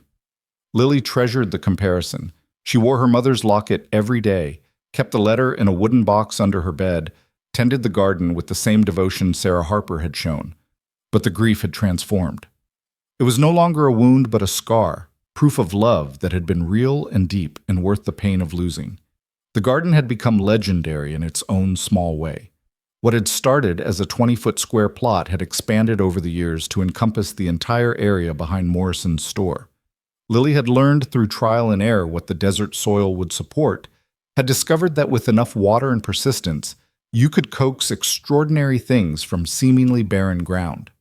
She grew tomatoes, beans, squash, carrots, onions, herbs that she dried and sold in small packets. She experimented with melons, with peppers, with varieties that shouldn't have worked but somehow did. People came from neighboring ranches to buy her produce, to ask her advice, to marvel at what she'd created. Some of them started their own gardens, small acts of optimism in a landscape that demanded pessimism. Lily taught them what she knew, generous with knowledge the way her mother had been generous with kindness.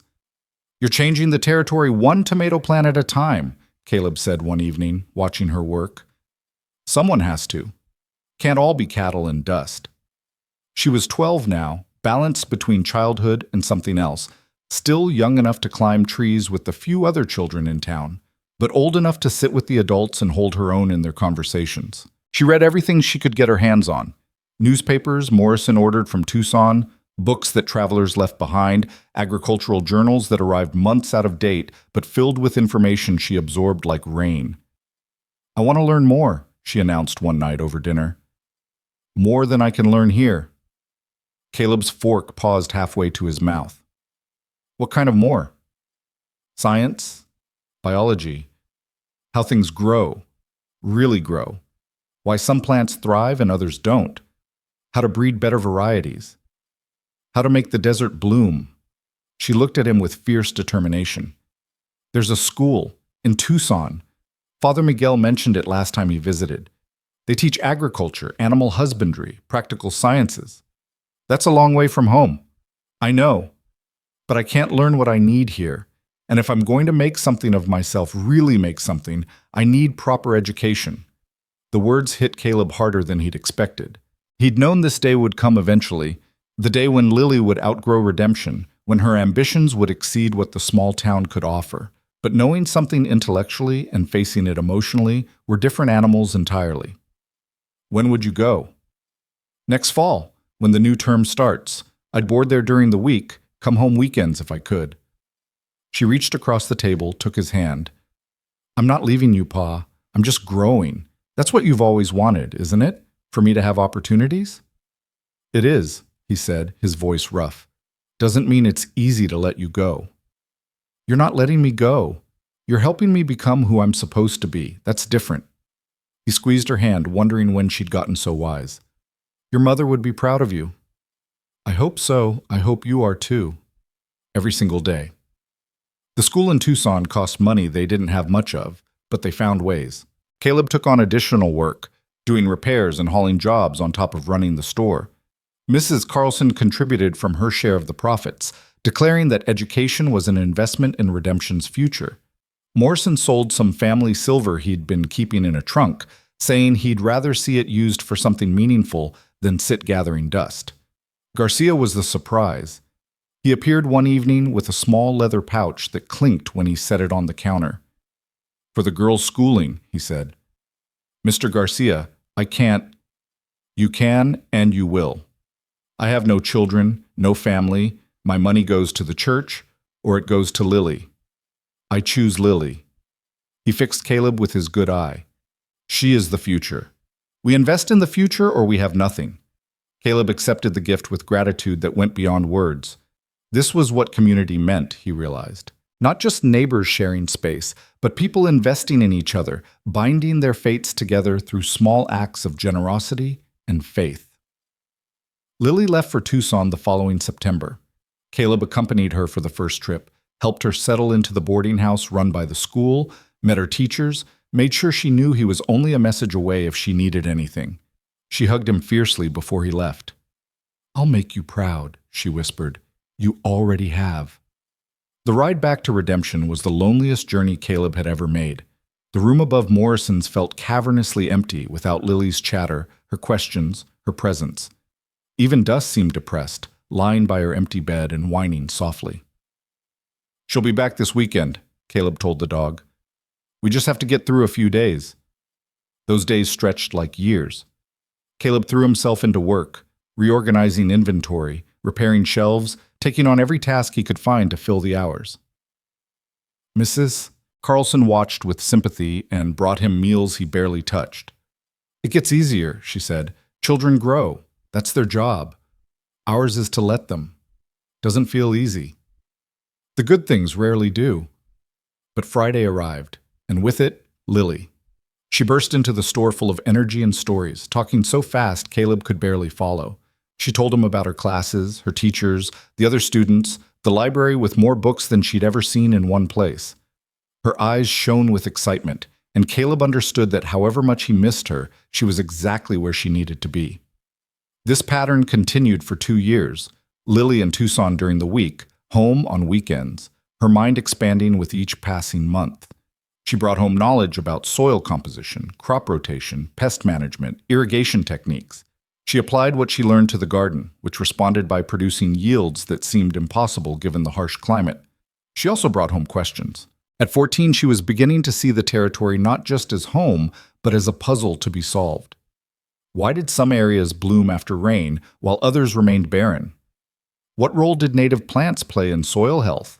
How could traditional farming techniques be adapted to desert conditions?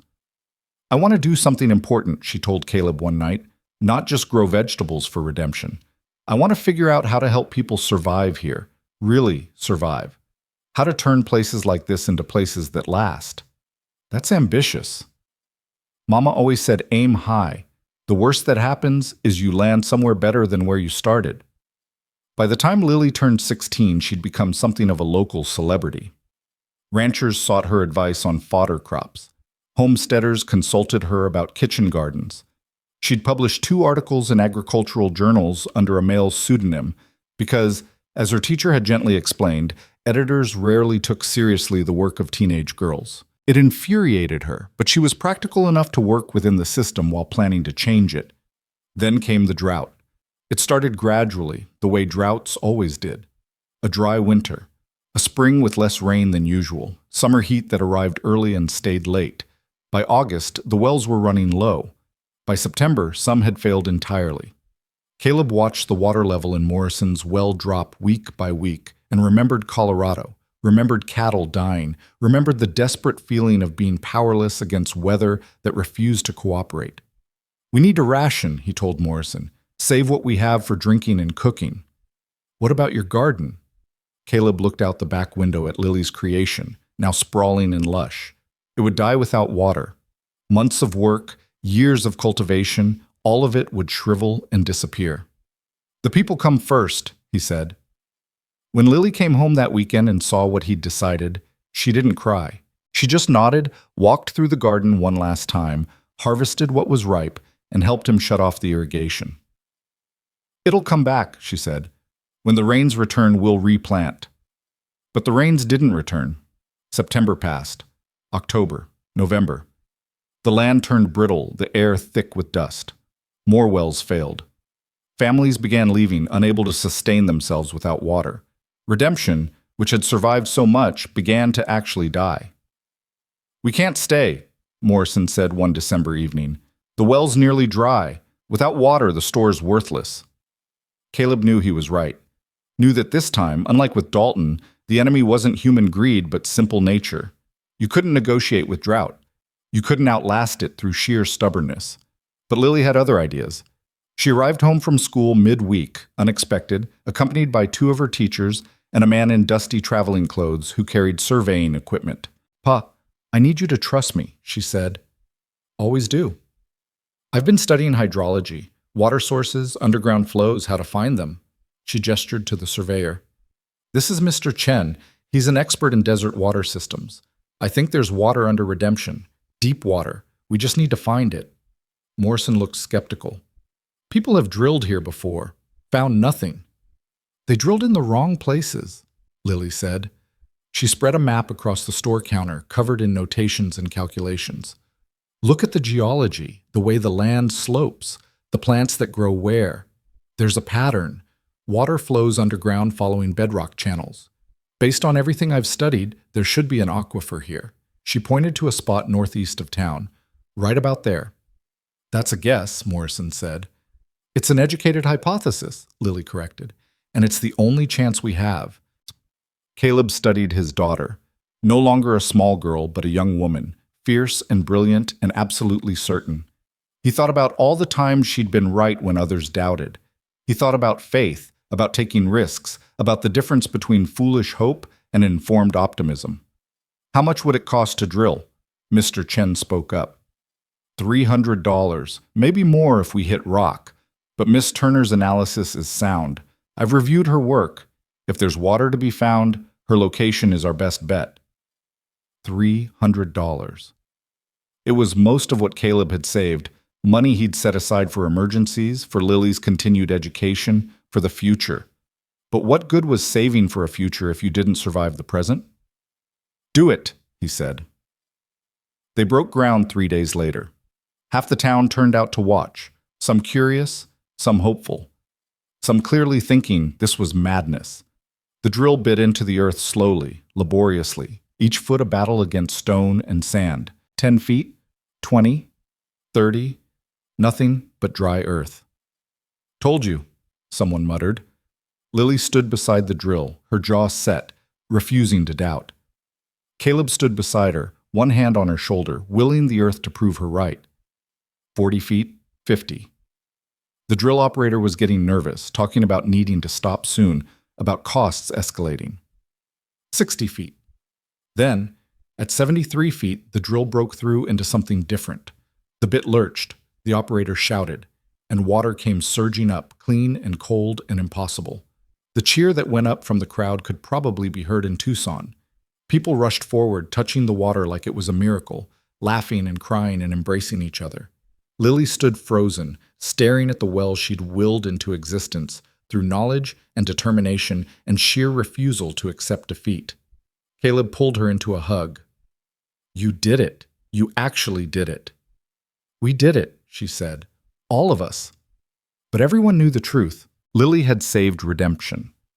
A 16-year-old girl with a head for science and a heart brave enough to bet everything on her convictions had found water where everyone else saw only failure. Word spread quickly. Within weeks, people were returning to redemption, reclaiming abandoned properties, reopening businesses. The town didn't boom, it wasn't that kind of place, but it stabilized. The well Lily had discovered produced enough water for the entire town with surplus to spare. They drilled 2 more wells based on her recommendations, found water both times, ensured the town's future. Lily became something of a legend. Newspapers sent reporters. Agricultural colleges sent inquiries. The territorial governor wrote her a letter of commendation, but she remained grounded, focused on her studies, determined to learn more so she could help more. "I want to do this everywhere," she told Caleb. "Find water in impossible places. Help communities survive. Make the desert livable." That's a big dream. Mama said to aim high. When Lily turned 18 and graduated from the agricultural school, she received offers from universities in California, from research institutions, from wealthy ranchers who wanted to hire her as a private consultant. The attention overwhelmed her, but she handled it with the same practical determination she brought to everything. "What are you going to do?" Caleb asked. She was sitting in the garden, replanted and flourishing again thanks to the new wells, with Dust's head in her lap. The dog was old now, gray around the muzzle, moving slower, but still devoted to her. "I've been thinking about that," she said. "All these offers, they're generous, prestigious. They'd give me resources, connections, everything I need to build a career. But they're not here, they're not home, and I keep thinking about what matters. It's not prestige, it's not money. It's making a difference where difference is needed most." "What are you saying?" She looked at him, her mother's eyes in her own face. "I'm saying I want to stay. Start my own practice here. Help the ranchers and homesteaders and small communities that can't afford big consultants. Use what I've learned to make life better for people who've invested in me." She paused. "Is that foolish?" Caleb thought about his own journey, the ranch he'd lost chasing success, the life he'd found when he stopped running and started staying. He thought about roots and community and the difference between achievement and meaning. "It's the opposite of foolish," he said. "It's wise beyond your years." She smiled, relieved. "I thought you'd want me to take one of the big offers. Make something of myself." "You've already made something of yourself. You're making something of this place too. That's worth more than all the prestige in the world." So Lily stayed. She set up an office in Morrison's store. Morrison had semi-retired by then, spending most of his time in a rocking chair on the porch, watching the town he'd helped save continue its improbable survival. She advertised her services as an agricultural and water consultant, charged rates people could afford, and quickly found herself busier than she'd imagined possible. She helped ranchers optimize their grazing lands. She showed homesteaders how to build cisterns and irrigation systems. She traveled to struggling communities and found them water the way she'd found it for redemption. She published papers, gave lectures, became known throughout the territory as the woman who could make the desert bloom. But she always came home, to the room above Morrison's store, to the garden, to Caleb, who watched her with pride so fierce it sometimes brought him to his knees. "You know what's amazing?" she said one evening. They were sitting on the porch, watching the sunset over the town that refused to die. "I thought for so long that I needed to leave to make a difference. But the biggest difference I've made has been right here, in the place I almost left behind." Your mother would be so proud. I hope so. I hope she's watching somehow, her and Papa both. I think they are. And I think they're grateful you found someone to take care of you when they couldn't. Lily took his hand. I didn't find you, Pa. We found each other. And you didn't take care of me. We took care of each other. Caleb squeezed her hand, too full of emotion to speak. She was right, of course. She was always right. This was never a story about him saving her or her saving him. It was about two broken people choosing to build something together, choosing to stay when leaving would have been easier, choosing family over blood and community over isolation. The years continued their march. Lily turned 20, then 25. She never married, though she had offers. Too busy, she'd say with a laugh. The desert keeps me occupied enough. But Caleb suspected it was more than that. She'd built a life that satisfied her, work she loved, community she served, family in him and Mrs. Carlson and Garcia, and all the people of Redemption who'd invested in her success. Morrison passed when Lily was 27, quietly in his sleep, the way he'd probably wanted. They buried him next to his wife, and Lily spoke at the funeral about how he'd given them a chance when no one else would, how his generosity had made everything else possible. The store became fully Caleb's then, though everyone still called it Morrison's, honoring the promise made years before. Garcia followed 2 years later, his ancient body finally giving out. He left everything to Lily, the livery, his savings, the carved wooden dog he'd made when she was small. She wept at his funeral, this man who'd been grandfather to her when she had none, who'd believed in her education enough to give his money to make it possible. Mrs. Carlson endured, tough as the desert itself, still managing the boarding house at 70-something, still offering advice whether asked for or not. She and Lily had grown close over the years, two strong women who understood each other in ways that needed few words. Caleb himself aged more gracefully than he'd expected. The work kept him fit, the purpose kept him sharp, and Lily's presence kept him young in the ways that mattered. His hair went gray, then white. His joints complained in the mornings. But he could still work a full day, still ride when needed, still felt vital and necessary.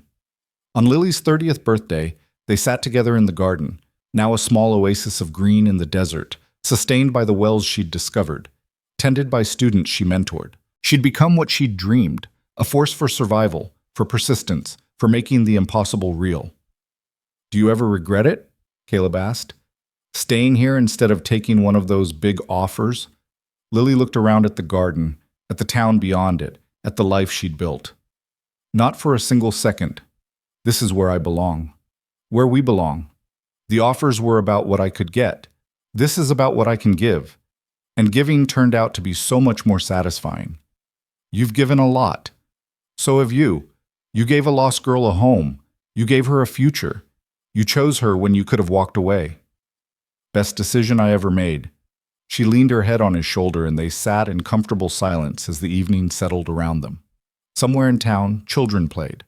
In the store, customers browsed. In the desert, plants grew in soil that had once seemed barren. All of it connected. All of it sustained by choices made years ago by a broken cowboy and a lost child who decided to stop running and start building. Pa. Yeah? Thank you for everything, for being my father when you didn't have to be. Caleb's throat tightened. You made it easy. Being your father has been the greatest honor of my life. She smiled, and in that smile he saw the scared 7-year-old singing to a stray dog, the determined girl finding water where none should be, the woman who'd turned knowledge into salvation for an entire community.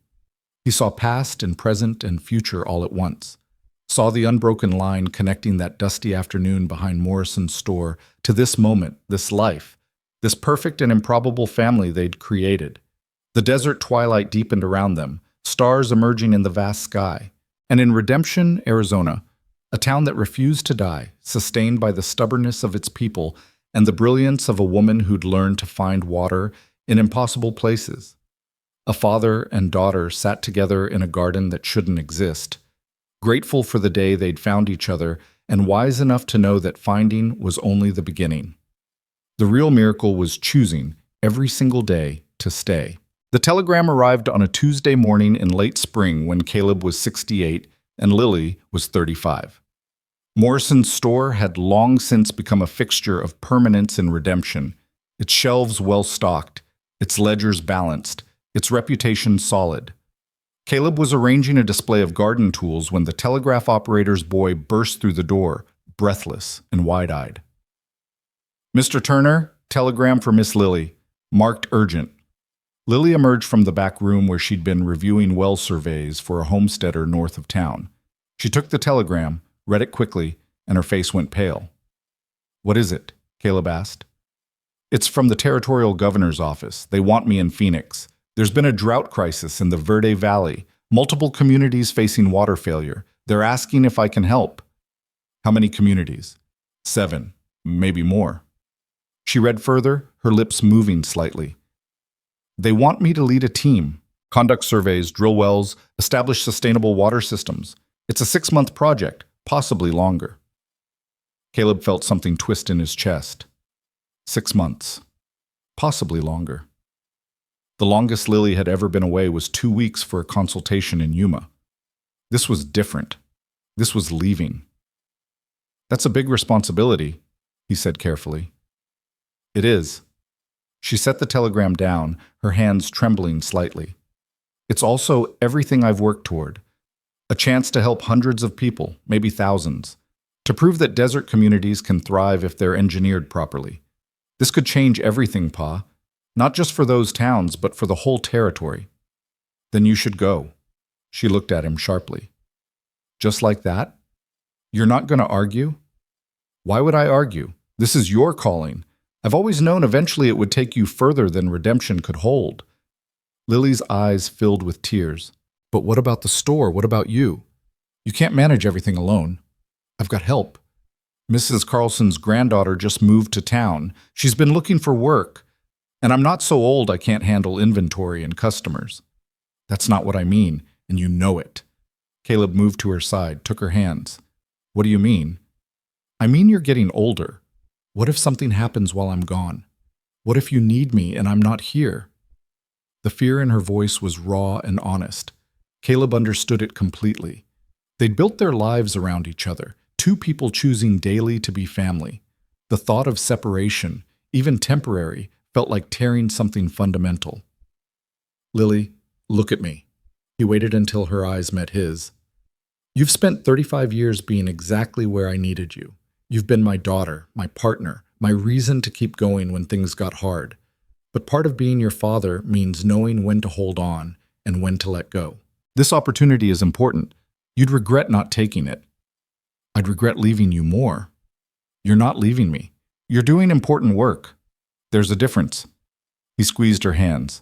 "Besides, 6 months isn't forever. You'll come back. This is still home." She studied his face, searching for doubt or fear, finding only pride and certainty. Finally, she nodded. "Okay, I'll go, but you have to promise me something." "Anything. If anything happens, anything at all, you send word immediately, and you take care of yourself. Eat properly. Don't overwork. Rest when you need to."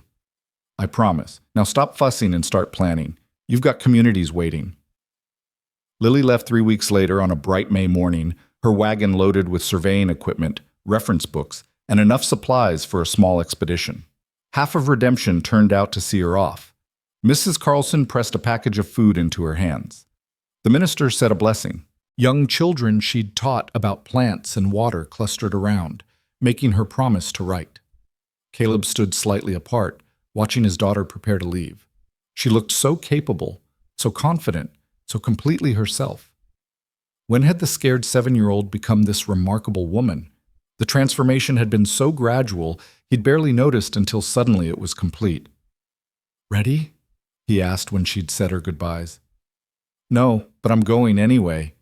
She hugged him fiercely. "I love you, Pa. Thank you for understanding." "Love you too. Now get going before I change my mind and tie you to a fence post."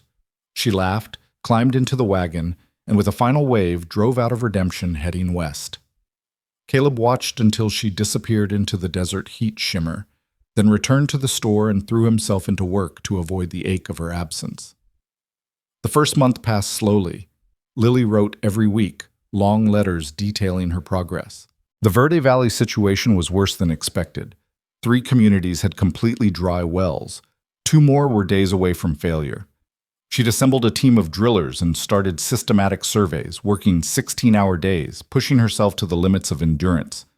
"I found water in the first town," one letter read. 200 feet down, good flow. Enough for the whole community. They cried when it came up. Actual tears. It reminded me of redemption, of how it felt to save something worth saving. Caleb read her letters multiple times, hearing her voice in the words, feeling connected despite the distance. He wrote back with news of the store, of Redemption's small dramas, of the garden she'd left in his care. He didn't mention that the garden was struggling without her expertise, or that he sometimes woke at night panicking that something had happened to her, or that the silence in the room above the store felt oppressive. Mrs. Carlson noticed, of course. She had a talent for seeing what people tried to hide. "You're not eating enough," she said one evening, appearing at the store with a pot of stew. "I eat fine." "You eat when you remember, which isn't often enough." She ladled stew into a bowl, set it in front of him. "Lily would be furious if she knew you weren't taking care of yourself." "Lily's got enough to worry about." "All the more reason not to give her additional concerns." Mrs. Carlson sat across from him, her expression stern but kind. "You raised that girl to be strong and independent. Now you have to trust that she can handle being away, and that you can handle her being gone." "I know she can handle it. It's me I'm worried about." "Why? You managed fine before Lily." "No, I didn't. I was a mess before Lily. Broken.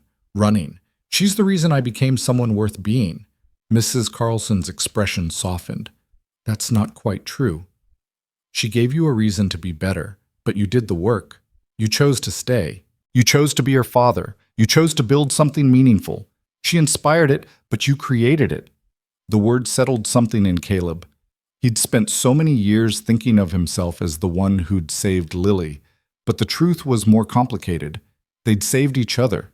And maybe that meant he could survive her absence because the strength she'd helped him build was real and lasting. The second month brought a different kind of letter. "We hit a problem in the 3rd community," Lily wrote. "The geology is complicated. We've drilled 4 test wells, all dry. The town council is losing faith, talking about abandoning the effort. I know the water is here, all my calculations say it should be, but I can't prove it without drilling deeper, and deeper means more money they don't have. I've invested so much in this, Pa. What if I'm wrong? What if I've promised something I can't deliver?" Caleb read the doubt in her words and felt his heart ache. He knew that fear, the terror of failing people who were counting on you. He sat down immediately and wrote back, "You're not wrong. You've never been wrong about water. But even if you were, even if this one time the geology doesn't cooperate, that doesn't diminish everything you've accomplished. You've found water in 6 other locations. You've saved communities. You've changed lives. One setback doesn't erase all that success. Keep drilling, keep believing, and remember that courage isn't the absence of doubt. It's continuing despite doubt." 3 weeks later, her response arrived. "We've found it. 540 feet down, deeper than we've ever drilled. But we found it. Strong flow, excellent quality. The whole town celebrated for 3 days. And Pa, I kept your letter in my pocket the whole time we were drilling. When I wanted to give up, I read it again. You've always known exactly what I needed to hear. Thank you for believing in me, even when I struggled to believe in myself." The 3rd and 4th months blurred together. Lily's letters came less frequently as the work intensified.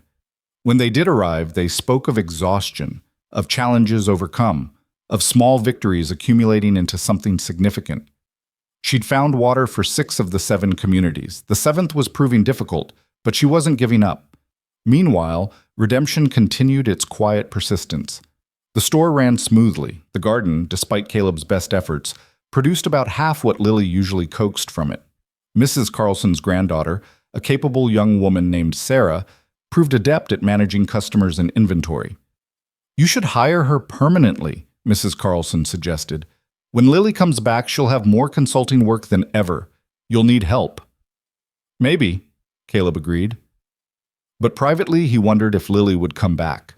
The Verde Valley project was making her famous. Already she'd received inquiries from as far as California and New Mexico. The world was discovering what redemption had always known. Lily Turner was extraordinary. The 5th month brought autumn and a letter that made Caleb's hands shake.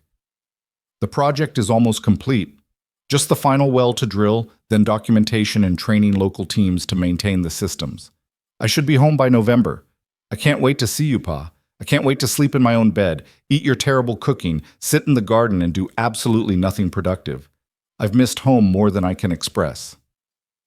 Home. She'd called it home. The relief Caleb felt was profound. But 3 days before Lily's expected return, disaster struck. Caleb was closing the store for the evening when he felt a sharp pain in his chest, like someone had driven a spike through his ribs. He staggered, caught himself on the counter, tried to breathe through it. The pain intensified, radiating down his left arm, up into his jaw. He knew what it was. He'd seen it happen to other men. His heart was failing. He managed to call out, and Sarah heard him from the back room.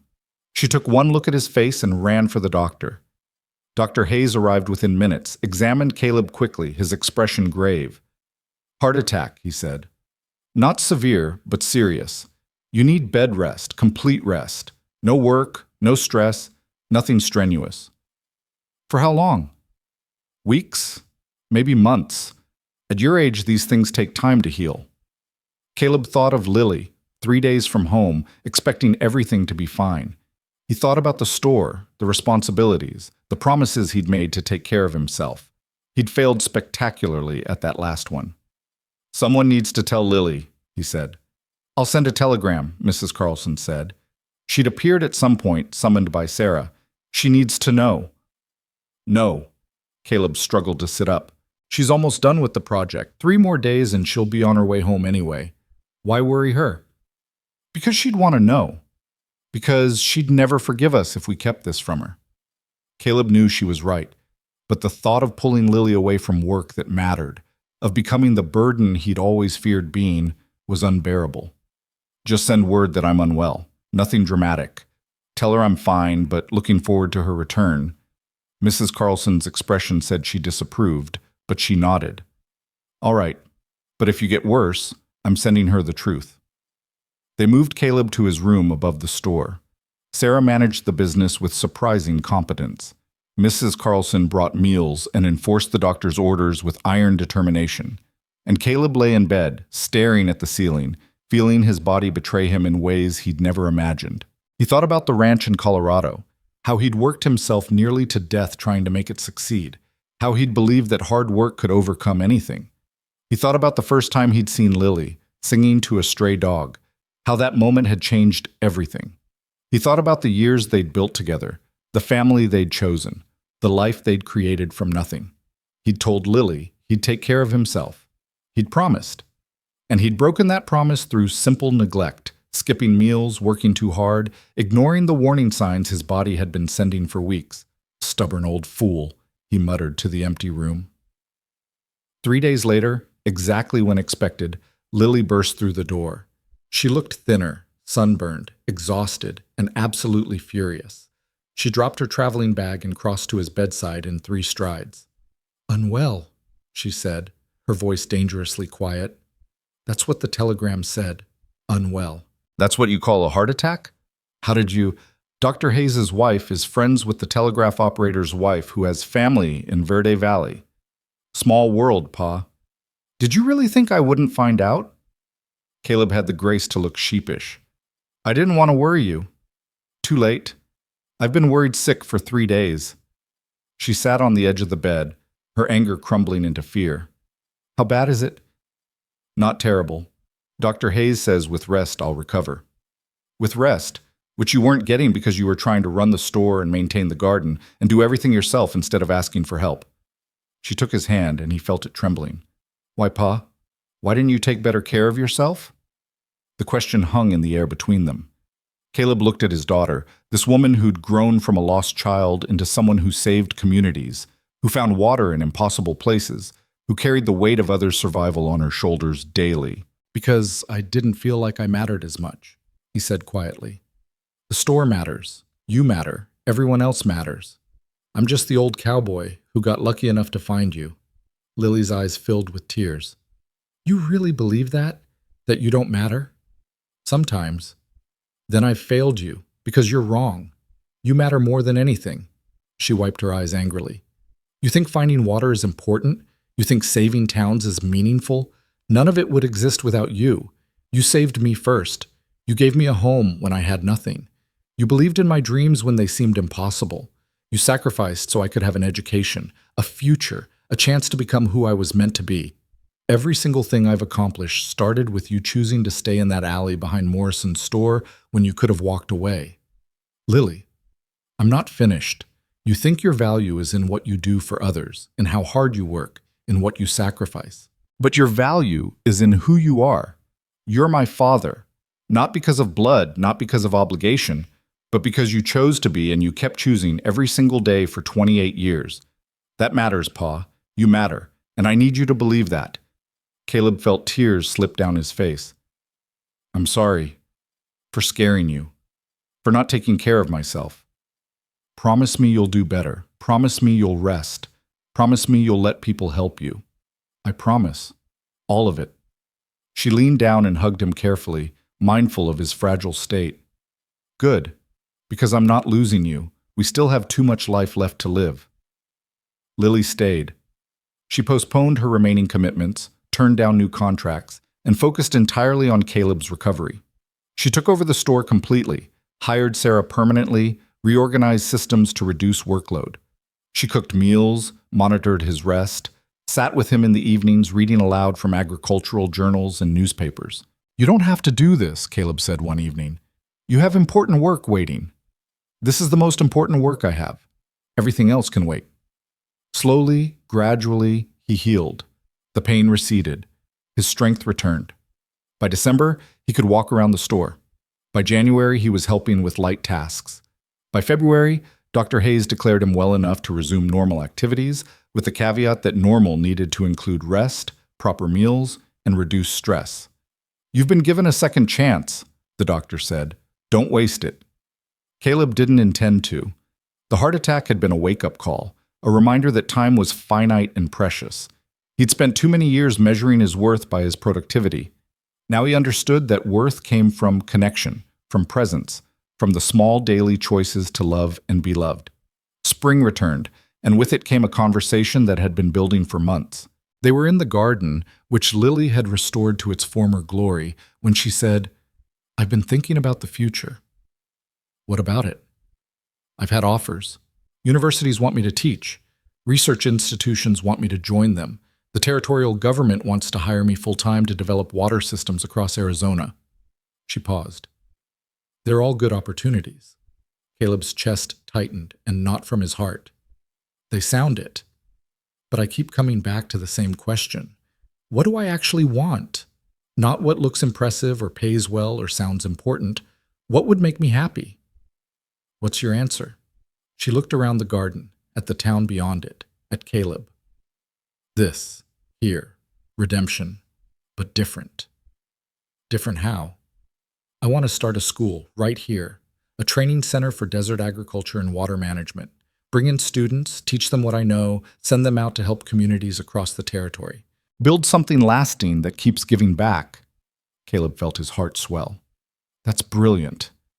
It won't be prestigious. It won't make much money, but it would matter. It would create a legacy beyond just me. And I could do it from home, with you, in the place that made me who I am. What would you need?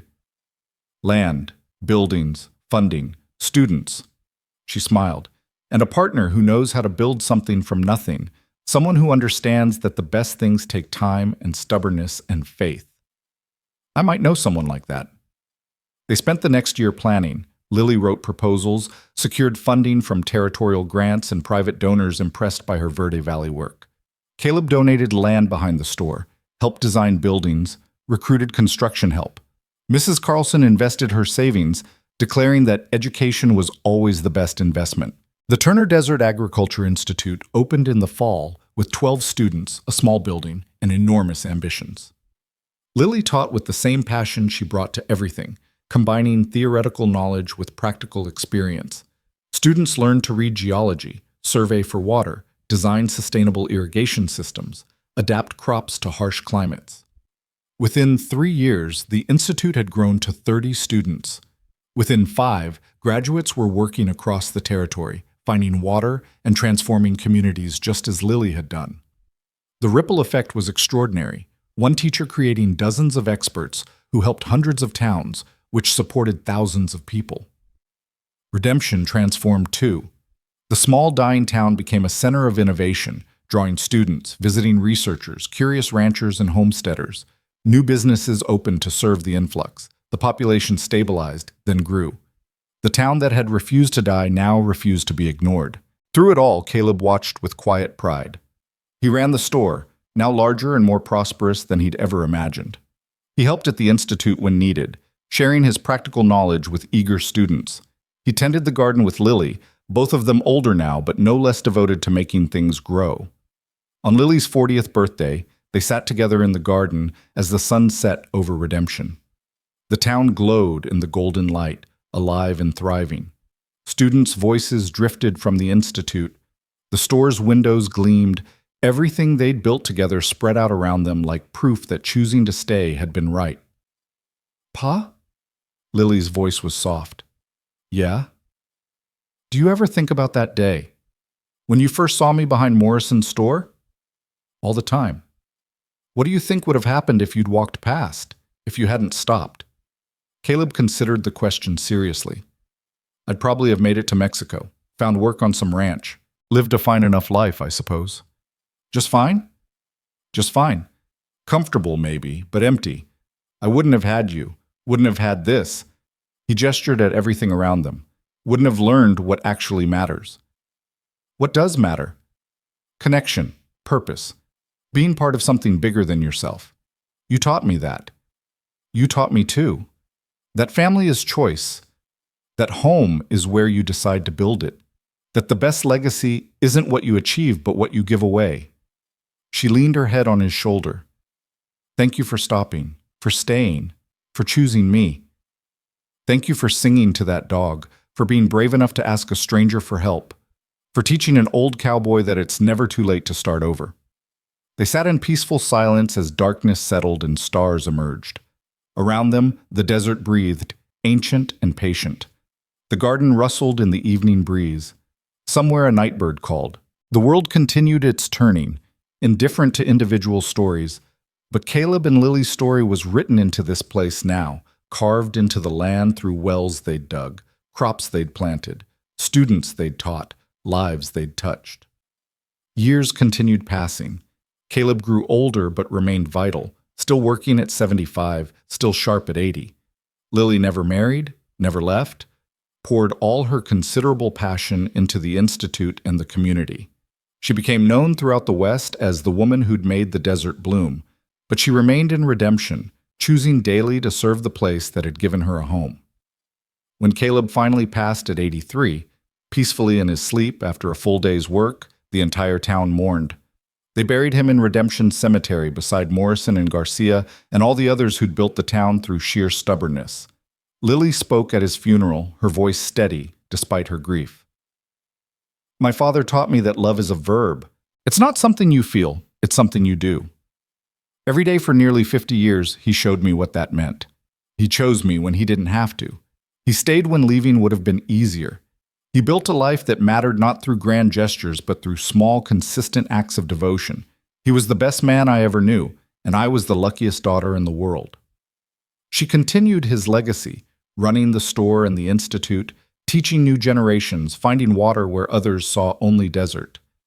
The Turner Institute grew into one of the premier agricultural schools in the territory, then the state when Arizona gained statehood.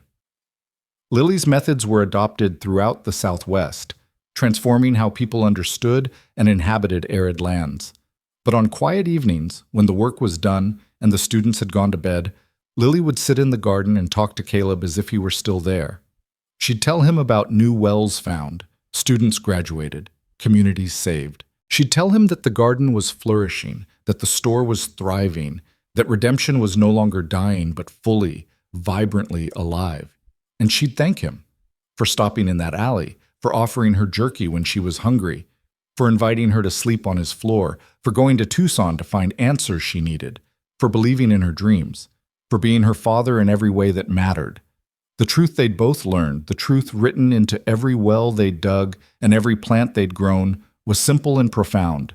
You don't need blood to make family. You need choice. You need presence. You need the courage to stay when everything tells you to run. Caleb Turner had lost everything before he found Lily Harper. He'd believed success was land and cattle and bank accounts. But in choosing to stay, in choosing her, in choosing love over isolation and community over independence, he'd found something infinitely more valuable. He'd found purpose. He'd found family. He'd found home. And in a garden behind a general store in Redemption, Arizona, where the desert bloomed against all odds and water flowed where none should be, that was more than enough. It was everything. The desert stretched forever beneath endless sky, harsh and beautiful and unforgiving. But within it, in the places where stubborn people chose to stay and build and believe, life flourished. Not in spite of the harshness, but because of it. Because difficulty forged strength. Because scarcity taught value. Because the things you fought for mattered more than the things that came easy. And if you listened carefully on quiet evenings when the wind died down and the stars emerged, you might hear something floating through Redemption's streets. A melody without words, carried on the desert breeze, remembered from a lifetime ago when a broken cowboy heard a lost girl singing and made the single best decision of his life. He stopped. He stayed. He chose love. And in choosing, he became who he was always meant to be.